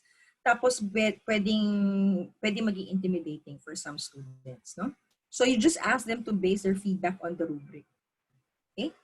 Now, what are other assessment tools? Ito yung mga, ako nakita ko na to sa mga output ng UP Manila. May mga digital projects, digital posters, sa infographics. You can also try using concept mapping or mind mapping like this one. This is a concept map, no? Yung mga various course concepts na tapos pwedeng creative work yan. At the same time, nakikita mo kung anong alam nila and how they process information, no? That's a concept map. Tapos, pwedeng reflection, blogging, research projects. Doon sa mga laboratory, yung mga simulation activities, pag nag-craft kayo, kunwari, meron dyan pwedeng quizzes, pwede ring formative yan. For example, ito, what I use as an example is, kasi there's this open access virtual lab site na from India, no? Kaya ako siya ginamit kasi madali siyang i-access. Yan, open access na project site. If you go through that, if you go to the biotech and the biotech section, as ito yung sa microbiology, I checked out the virtual lab. Ang ano lang dito is for each, kunyari ito, kunyari for this particular test, meron siyang tab, no, na may animation, meron dyan simulation. There's a section, and you know this kasi you've been making your own resources, may section yan on self-evaluation. At itong, pwede ka mag-online quiz, online assessment. Pwedeng self-assessment, pwedeng graded, pwedeng sa quizzes. Pero how you make the quiz is also, you can also make that in a way na alam, ito pag chinek mo, kita mo kaagad yung feedback pag when you fill this out. So, key point here is that hindi kailangan lahat ay written exam. No? You can use authentic assessment. Using authentic assessment is a form of assessment that asks the student to perform real-world tasks, demonstrating meaningful application. Hindi yan passive test taking. Now, ito rubrics, I won't go into this kasi I know that you know how to make rubrics. Just make sure that your descriptions are, that it's well crafted and yung criteria nyo should be aligned to the learning outcomes. So as you can see, the online assessments don't have to be radically different from that which you use in face-to-face courses. Yun nga lang, ang considerations mo ay front-heavy siya, time management, a lot of preparation needed. You need to prepare the materials. You need to incorporate structured formative assessment using the different methods I told you.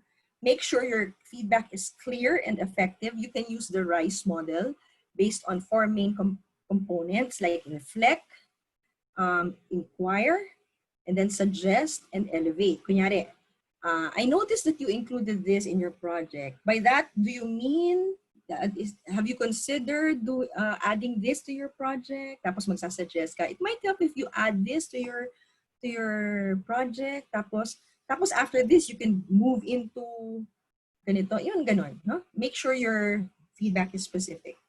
Make sure you have good communication and make sure you give the students time to adjust, no? To navigate. Okay. Now, anong options nyo pag kunyari high stakes assessment, summative assessment? Kunyari, ito yung mga final exam. Dito, ang ano dito is summative final exams o kaya end of term exams or midterm exams, no? Tapos pag performance assessment, paano kung practical at laboratory? Okay. So ito yung summary nung kaninang pinresent ni Ma'am Len. Ito mapapansin natin, purposeful yung kanilang ano nila, no? Ito yung mga assessment methods nila. Tapos ang delivery methods, because of the technology, mostly Google Classroom, although they've tried. Tapos ito pa, you can even use the email. Tapos in some, di ba, may calls. So ang pwede mong gawin, no? Kunyari for remote assessments, know that you can administer, or that you can pag really low tech. And I'm not saying na, parang sinasabi ko lang as an option. You can give an assessment, a written exam offline and then send it by mail. Ang background nito ay parang ganito naman dati yung mga sinaunang correspondence courses, di ba? Pwede yan. Pwede rin na gagawin mo yung exam offline and then send it by email. Or gagawin mo yung project offline then upload it kung kailan submission. You can give a written exam online. Ito yung mga sa LMS. Unproctored yan. Tapos, isasubmit rin yan through LMS. Ito. Pag gusto mo, meron dito na talagang medyo high stakes. Kunyari, some periodical exam, final exam, end of term exam. Tapos, ang ideal ito sana, no? Yung proctored exam. Na merong proctoring software and all the fireworks. Kasi meron yung biometrics, mag-check yung mga keystrokes. Kaya lang, o kaya in some, there may be software lang, pero there are also some online proctoring test administrators like Prometrics, no? Yung ginagamit sa states na nag-administer ng licensure exams for nurses and medical students. Parang board exams na online. Ang mahal nun. In Singapore, in NUS, nung inabutan sila ng COVID, they used online proctoring and stuff. It ran into yung isang administration lang of all their exams. It ran into millions of dollars. Ganun siyang kamahal. No? A more improvised setup will be video conference with double webcam setup. Ito, alam ko ginawa to kunyari sa isang College of Medicine. Kasi syempre high stakes yung kanilang last exam. So, they divided the students into different groups. Tapos marami naman silang faculty. So, meron video, may webcam, showing the student showing the screen of the student. Tapos meron din showing the surroundings of the student para alam na walang kasama. And then minomonitor siya. It's parang improvised way, pero video conference. Yun ang remote proctoring. If talagang gusto mo mag-proctor, pag sobrang laki, pwede mo i-divide into different. Ang problema dyan, pag tinagger mo, syempre may mga iba dyan, baka magkukwento, magre-reconstruct ng exam, no? Tapos ipapasa sa next set of takers. Like what happened also in another medical school. After that, perfect na sila lahat. You can also administer an oral exam viva voce, oral exam via, pwedeng calls, tulad ng ginawa ng UP Manila. Pwedeng video conferencing platform like Zoom. No? Pwedeng oral. For lab exams, pwedeng combine na yung bibigay mo yung guide questions with the visuals and the nasagutin, and then any of the above methods for to give the exam back. Okay? Now, what about remote performance assessments? Okay. Ang options mo dyan, pwede kang magpa-performance assessment with an offline examiner. For example, meron siyang capable siya of, meron kang consultant, kasi sa amin pwede to. Kunyari may clinic siya dito, tapos pwede kang, o kaya meron kang faculty na nearby na pwede mag-administer ng exam. Pwede siya mag-proctor, pwede niyang gawin, no? Offline exam. These are just options that have been used in real life. Pwede kang magpa-performance assessment, nabibigyan mo na siya ng instruction, tapos gagawin niya through recorded video. For example, in UP Open U, we have, syempre may PE dapat yan, meron kaming yoga, na ang assessment niya ay video mo yourself doing the yoga poses, tapos isi-send mo sa teacher. Pwede yun. Pwede rin naman na performance assessment na synchronous na ginagawa niya through video conferencing platform. Kunwari, sa surgery ng St. Luke's, meron silang demonstration of suturing or knot tying. Siyempre, ang gamit nilang ang gamit nila imbis na suture, shoelace, kasi mas kita sa video. Pero it's still simulated. So, kung wala kang materials na, yung talagang materials, like wala kang agar plate, wala kang wire loop, whatever, pwede ka mag-improvise kasi ang gusto mo lang naman ma-assess is yung principle o yung procedure. Again, you can also do viva voce na return demo, graded small group via Zoom, pwede yun. Now, caveat lang. Ito, just recently, and this is like a few days ago, in Canada, they administered the medical licensure exam, and those who were not able to go to the sites were given remote, para may remote proctoring. By Prometric. Ang nangyari, what happened?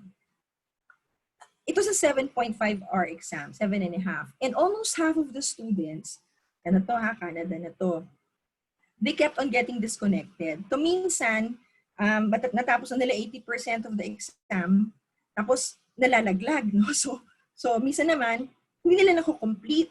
Minsan, one who tried to complete it took 16 hours. So bottom line is, ang gusto ko lang sabihin is even in first world countries, problema pa rin to. Technologies can still be a problem. And still, they can also, kahit anong galing mo, there are websites like this that help you cheat. Talagang tuturuan ka pa ng setup kung paano with helper para ma-circumvent yung mga technology na, di ba, yung anti-cheating. How to circumvent proctoring software. So, okay. Large class summative assessments. Now, kung gusto mo talagang mag-high stakes summative assessment, pwede mo rin gawin yan sa LMS. Kunyari, final exam sa online, pwede naman gawin yon. Tulad ng sinabi ko, pwede ka rin naman mag-final exam na unproctored. Pwede kang mag-final exam. Tatanungin mo, paano mo may ensure na hindi siya mag-cheat? Hindi mo may ensure yun. Kung gusto mo mag-remote proctoring talaga, pwede kang mag-double setup webcam, na tulad na sinabi ko kanina. Kung masyado malaki yung class, pwede mo i-divide into groups. Kasi gano'n naman ang gano'n. Yung St. Luke's, they had 150 students na remote proctoring nila yun, dinivide nila into small groups. You can have a 2-part combined exam. Kunwari, online objective exam, tapos oral exam. Ito yung maganda. There has been a move towards this. Now, bakit ka pa mag-high stakes final exam? They have started using frequent daily short online quizzes and then make this the equivalent of a final exam. And there is research to back this up. Kunyari ito. Sabi kasi, ito. there's a study na daily online testing in large classes, it not only was effective, it actually also boosted college performance. So ito ang background nito, 900 ang large class nila, hindi lang 100.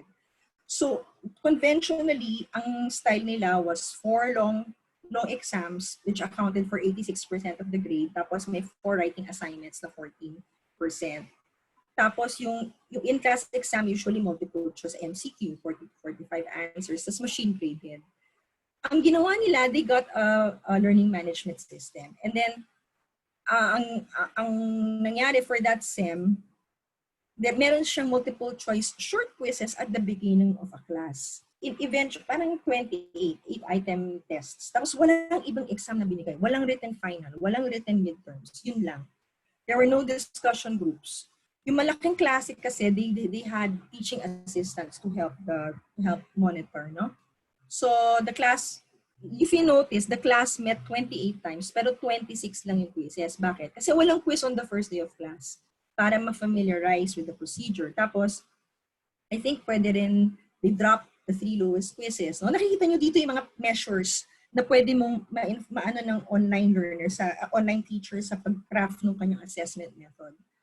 So, long story short, ano ang findings?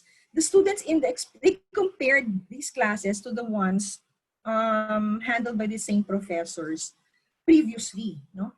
And the experimental classes actually performed better, and there was a 50% reduction in the achievement gap. Ang ano dito is the mere act of testing, it helps the students remember and retrieve information. So hindi ka lang sa assessment mo, hindi ka lang yung repeated testing, hindi lang pang-assess ng learning skill. Actually, it helps them enhance their learning skills. So, yan isa sa mga best practices, no? For large online classes. You leverage the quizzes and exams. Kung pwede ka mag-quiz, use it as a viable option. Kung pwede ka mag-multiple quizzes, use them as viable options. You not only build formative feedback, but also enhance their learning. Okay? So, to sum it all up, when you teach remotely and you are going to craft your assessment methods, you explore your options. Like sabi ni Ma'am Len, don't rely on a single tool. You can use a variety of methods and different types of methods and explore, work with what you have and work within your comfort zone.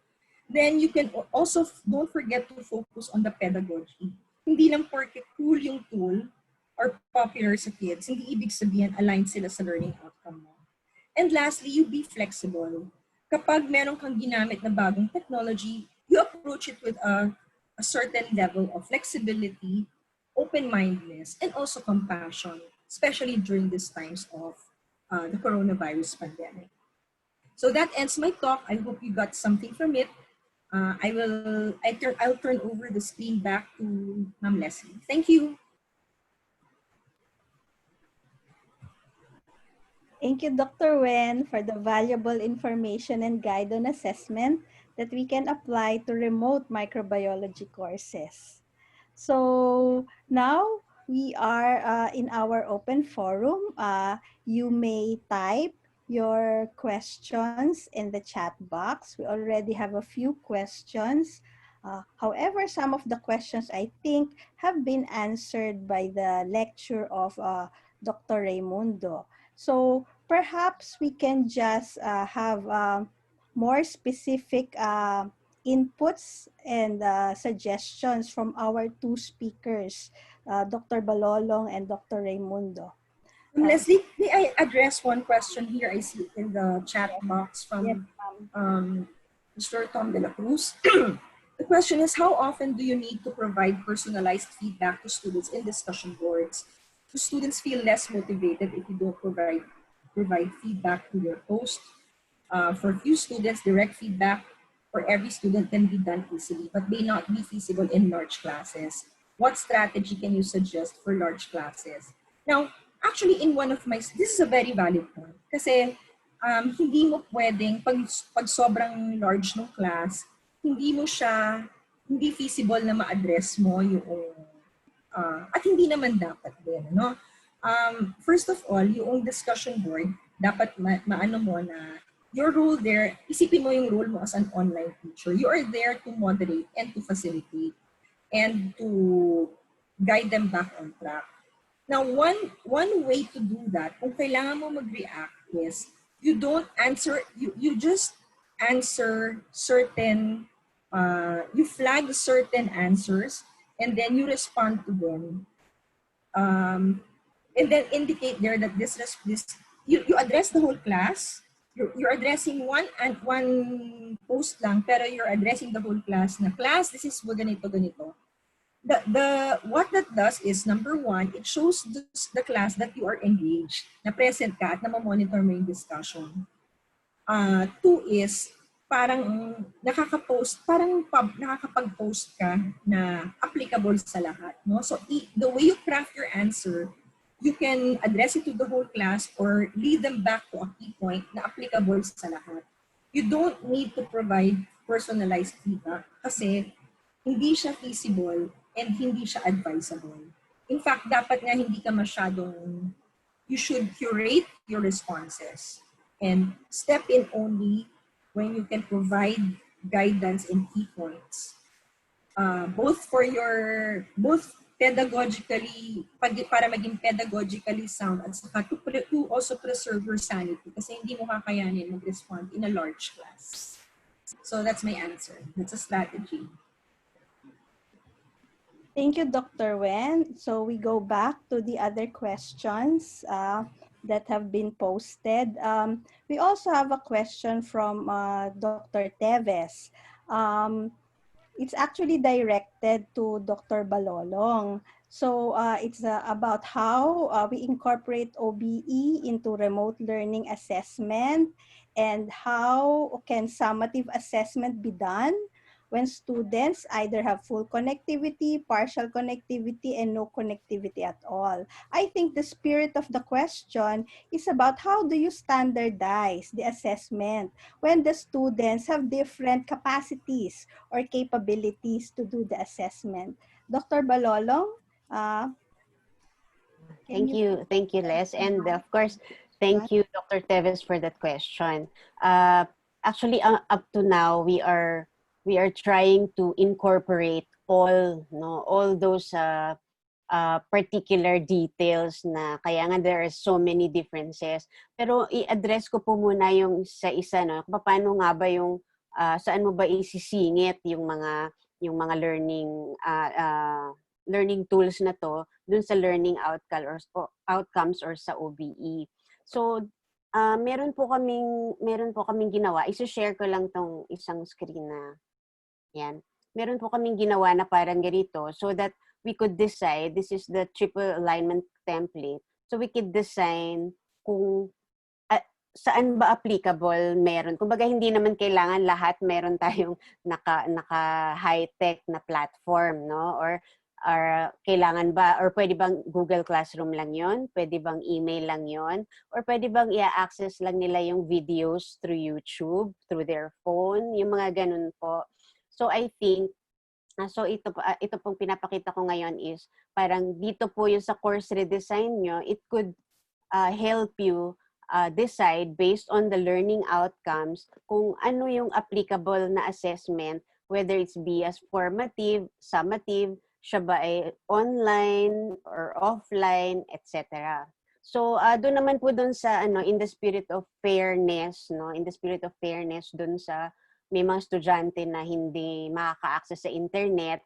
Halimbawa po sa UP Manila ngayon, at I think sa buong UP system, ini-encourage sa amin na mag-form ngayon or mag-develop ng mga course packs. So ito pong mga course packs na to ay naglalaman ng mga kinakailangan ng mga estudyante to access yung mga materials na kinakailangan sa course. Pero kumbaga, ngayon, nandun pa kami sa development stage, no? So naglalakad pa kami until finally matry natin ito sa September. I hope I have answered the question, Ma'am Les. Thank you, Dr. Balolong. We also have a question from Dr. Hill Penoliar from UP Diliman. However, some of his concerns have already been answered by the lecture of Dr. Raimundo. But I think what is more important in his question is that in remote assessment, how can we identify the weaker students and those who are cheating? It's the identification of these students, because of course we may want to provide support to these students also and call their attention if they have done misconduct or academic misconduct.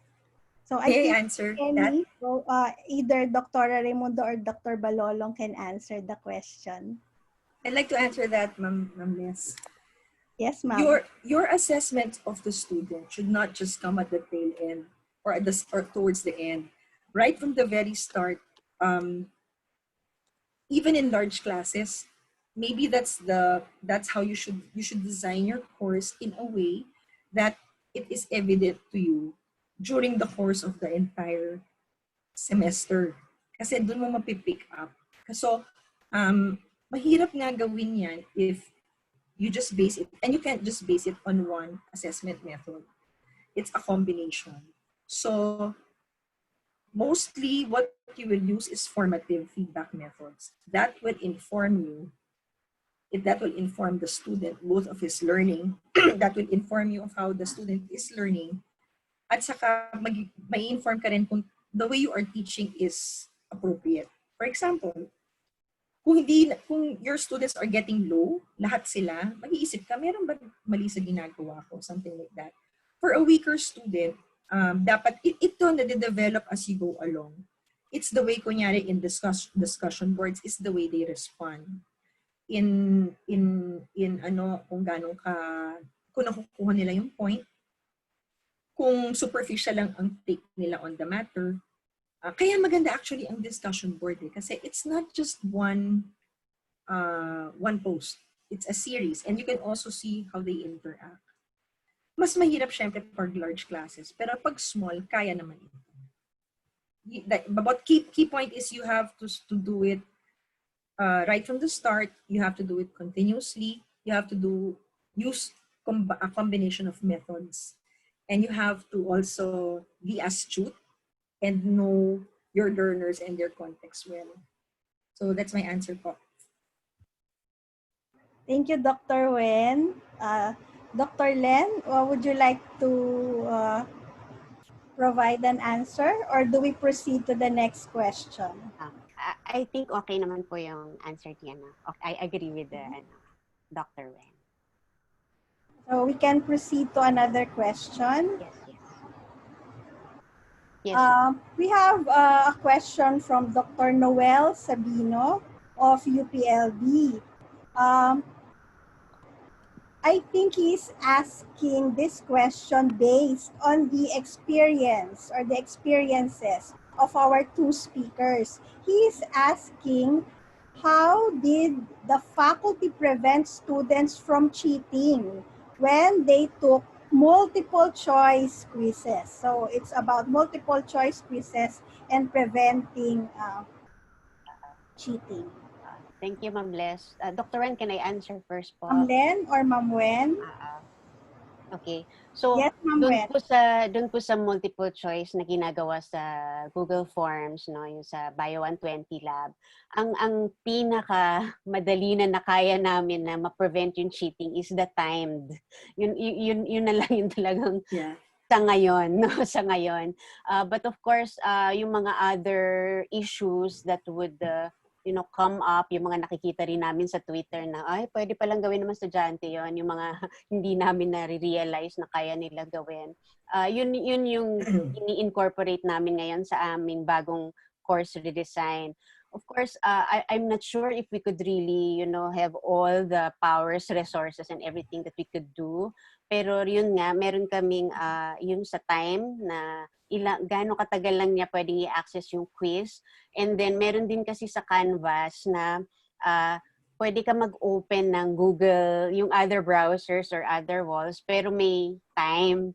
na halimbawa 5 minutes ka lang pwede mag-Google and then sasagutan mo na dapat yung quiz. So sa tingin ko, yun lang po yung meron kami right now and pwede naming ma-utilize. But siguro as we experience all this, we could share yung mga best practices and experience natin later on.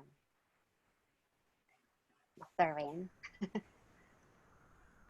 I agree with Ma'am Len. Alam mo, sobrang maabilidad ng mga students. By now, alam nyo na ha, pwede nilang i-screenshot, pwede silang mag-print screen, pwede silang, meron silang cellphone, tapos kukunin nila yung screen, pwede sila may kasama, na may katabi sila na mayroong resources, pero pag timed yan, mawiwindang sila kasi ang feeling nila, parang in answering the question, instead of mag-isipan nila paano sila mag-take para ma-reconstruct yung quiz, i-devote na lang nila yung time sa pag-intindi. So I agree with our very limited resources. Pwede yan. Ang caveat lang dyan, syempre, pag kailangan i-assess mo kung yung exam question mo ay answerable talaga within the given time, na fair siya, fair enough yung time for them to answer it. Kasi baka naman with the given time, hindi pala kakayanin talaga. So, dapat i-factor in mo yung wala na silang time gumawa pa ng ibang bagay. Pero enough time to process the question. But actually, that's one of the things na nagagamit. Kasi other than that, how can you circumvent the screenshot and the print screen and someone helping? Ang maaaring hindi lang maano dyan is kapag meron silang kasama na katabi, na nag-ano ng questions na yun yung nasasagot lang ng double webcam setup. Kasi dapat pag nag-take ka, nakikita kung sino yung katabi mo. Minsan deterrent din actually yung sasabihin mo meron kang technology na wala naman talaga. Tinuruan ko pa kayo ng ano. Pero ano mo yan yung huwag kayong mag-attempt, mag-screenshot kasi we have the technology to detect or ganyan-ganyan. Parang medyo takutin na lang sila pero sometimes it works. But the time quiz is a good start. It's a good method to start with. And also the shuffling of the questions and the question back. Ma'am Les, can I add just really very short, no? Siguro yung nagpo-push lang naman talaga sa mga students natin na magawa ng mga karumal-dumal na krimen na ganyan is because we are marking them, no? And they are really pushing for the grades and all those things. Siguro we also encourage them for focus on the learning instead of the grades, no? Yun din yung iniisip ko ngayon sa pag-design nung na paano natin sila mahihikayat na kaya natin ginagawa itong mga activities na to is for you to appreciate and learn the topic, no? Kesa refocusing on the grade. Yes. Which brings us back nga, Ma'am Len, di ba, to the outcome. Kasi pag inisip mo na ang outcome, ang gusto mong objective, ganito, pwede ka naman mag-design na hindi naman siya exam, pero basta ma-achieve mo in a different way, natututo yung learning pa yung estudyante. Pwede mo ring bawiin sa formative na lang. Kaya po okay yung yung merong hindi ka talaga nag-grade, pero you can, pwede nilang ulit-ulitin gawin yung activity. Hindi siya nawawala dun sa timeline. Yung kumbaga lagi nilang pwedeng gawin. Parang may mga ganun pong approach. Isa pa maganda, babaan yung weight ng yung summative feedback sa dulo. You'd be surprised in my talks kasi I've done several for different institutions. Some have summatives as high as mga 80% of the grade, the final grade. Kaya naman pala high stakes yung exam. Eh di syempre gusto ng bata Pag hinanap mo yung formative, napakaliit. Samantalang meron naman ding iba na marami silang formative na happy yung mga bata, natututo sila. Tapos parang na lang, yung alam mo yung pang-anchor na lang yung summative. Tapos matataas sila. Tapos na-achieve yung learning outcome nang hindi sobrang laki yung weight ng summative. So this is a way to redesign not just our assessment but also our entire courses talaga and focus on the pedagogy and the learning. Hindi lang yung main concern na passing hindi mag-cheat. Ang tanong, bakit kailangan na ganong klaseng exam?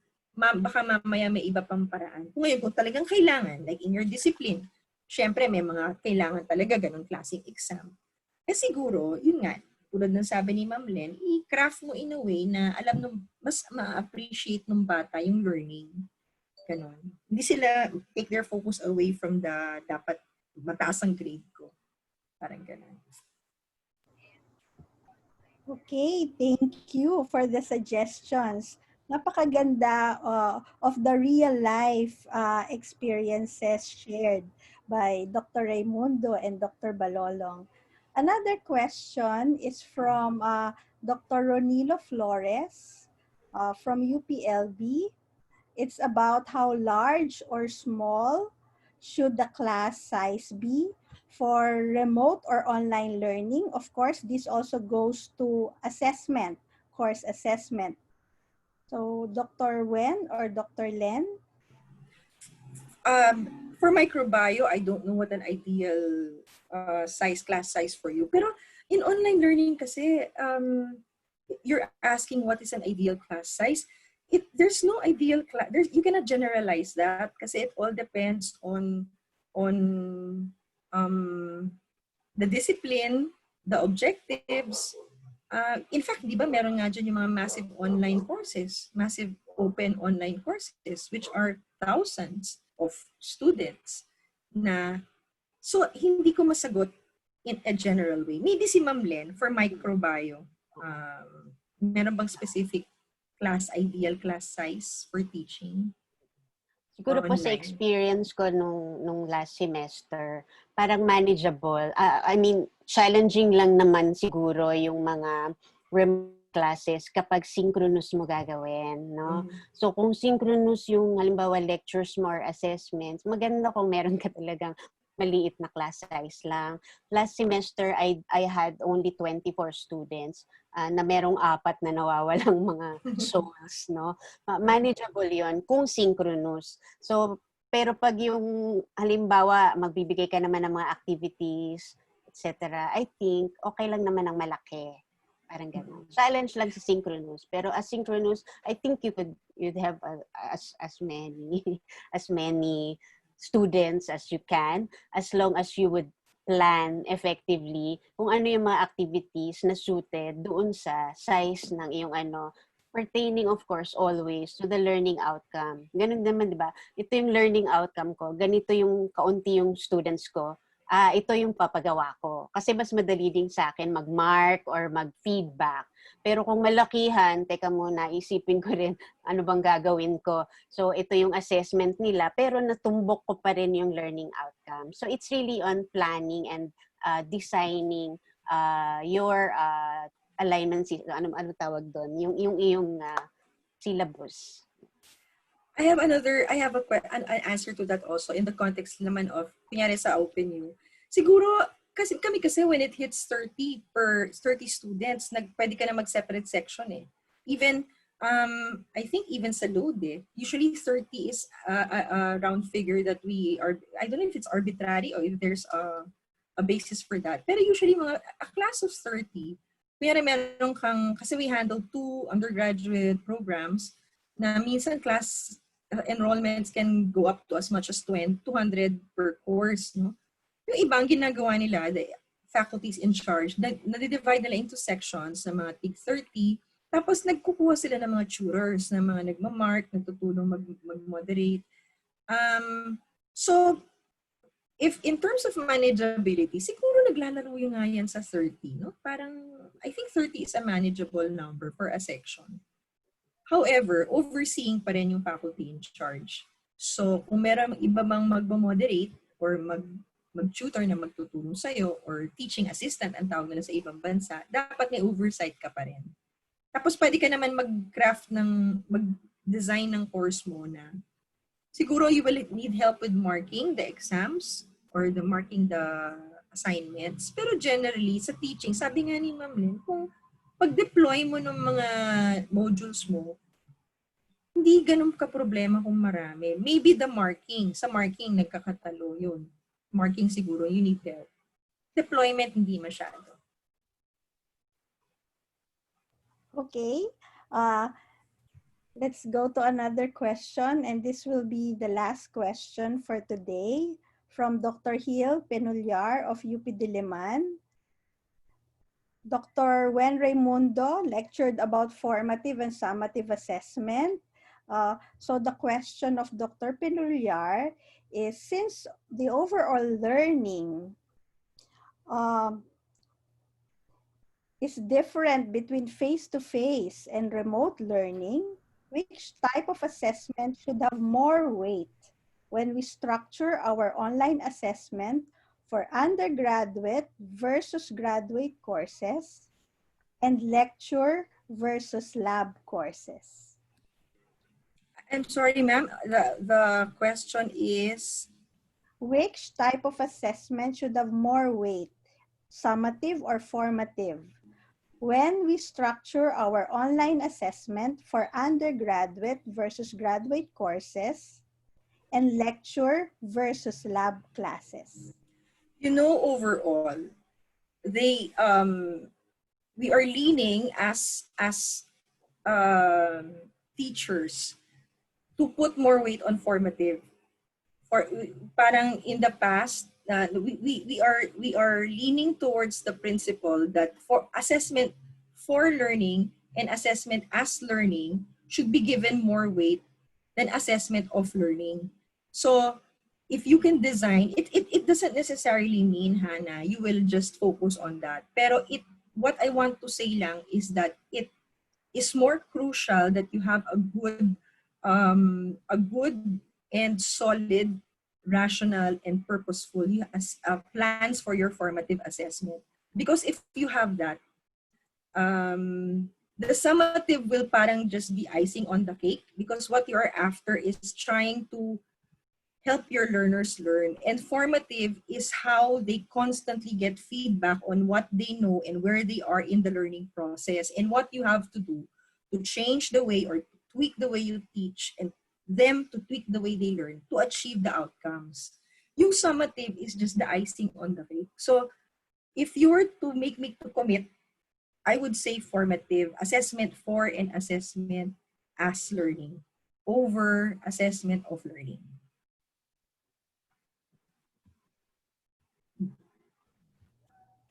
Okay, so due to the interest of time, we are closing our open forum.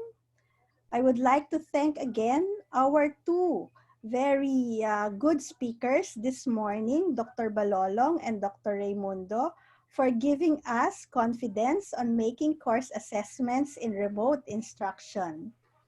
We are now at the end of the program, so I wish to thank everyone who participated in this webinar, as well as in the previous Microbiology Consortium webinars. The survey conducted by the Microbiology Consortium would be very helpful for the MC to design meaningful webinars for its member HEIs. So we encourage the participants to accomplish the survey and evaluation form that can be accessed through the link that will be flashed on the screen. Participants who accomplish the evaluation form will be entitled to receive a certificate of participation for this webinar. The video of this webinar will also be made available in YouTube later, whereas the videos of the previous Microbiology Consortium webinars have been sent to the registrants of the third webinar,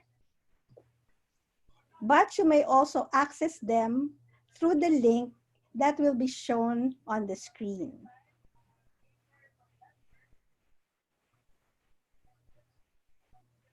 So before the closure of this webinar, let me take this opportunity to announce that the Philippine Society for Microbiology will have a scientific webinar on July 16 to 17.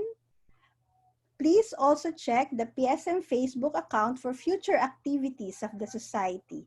That's it for today. We hope to see you in other virtual activities of the Microbiology Consortium. Maraming salamat po sa inyong lahat at magandang tanghali.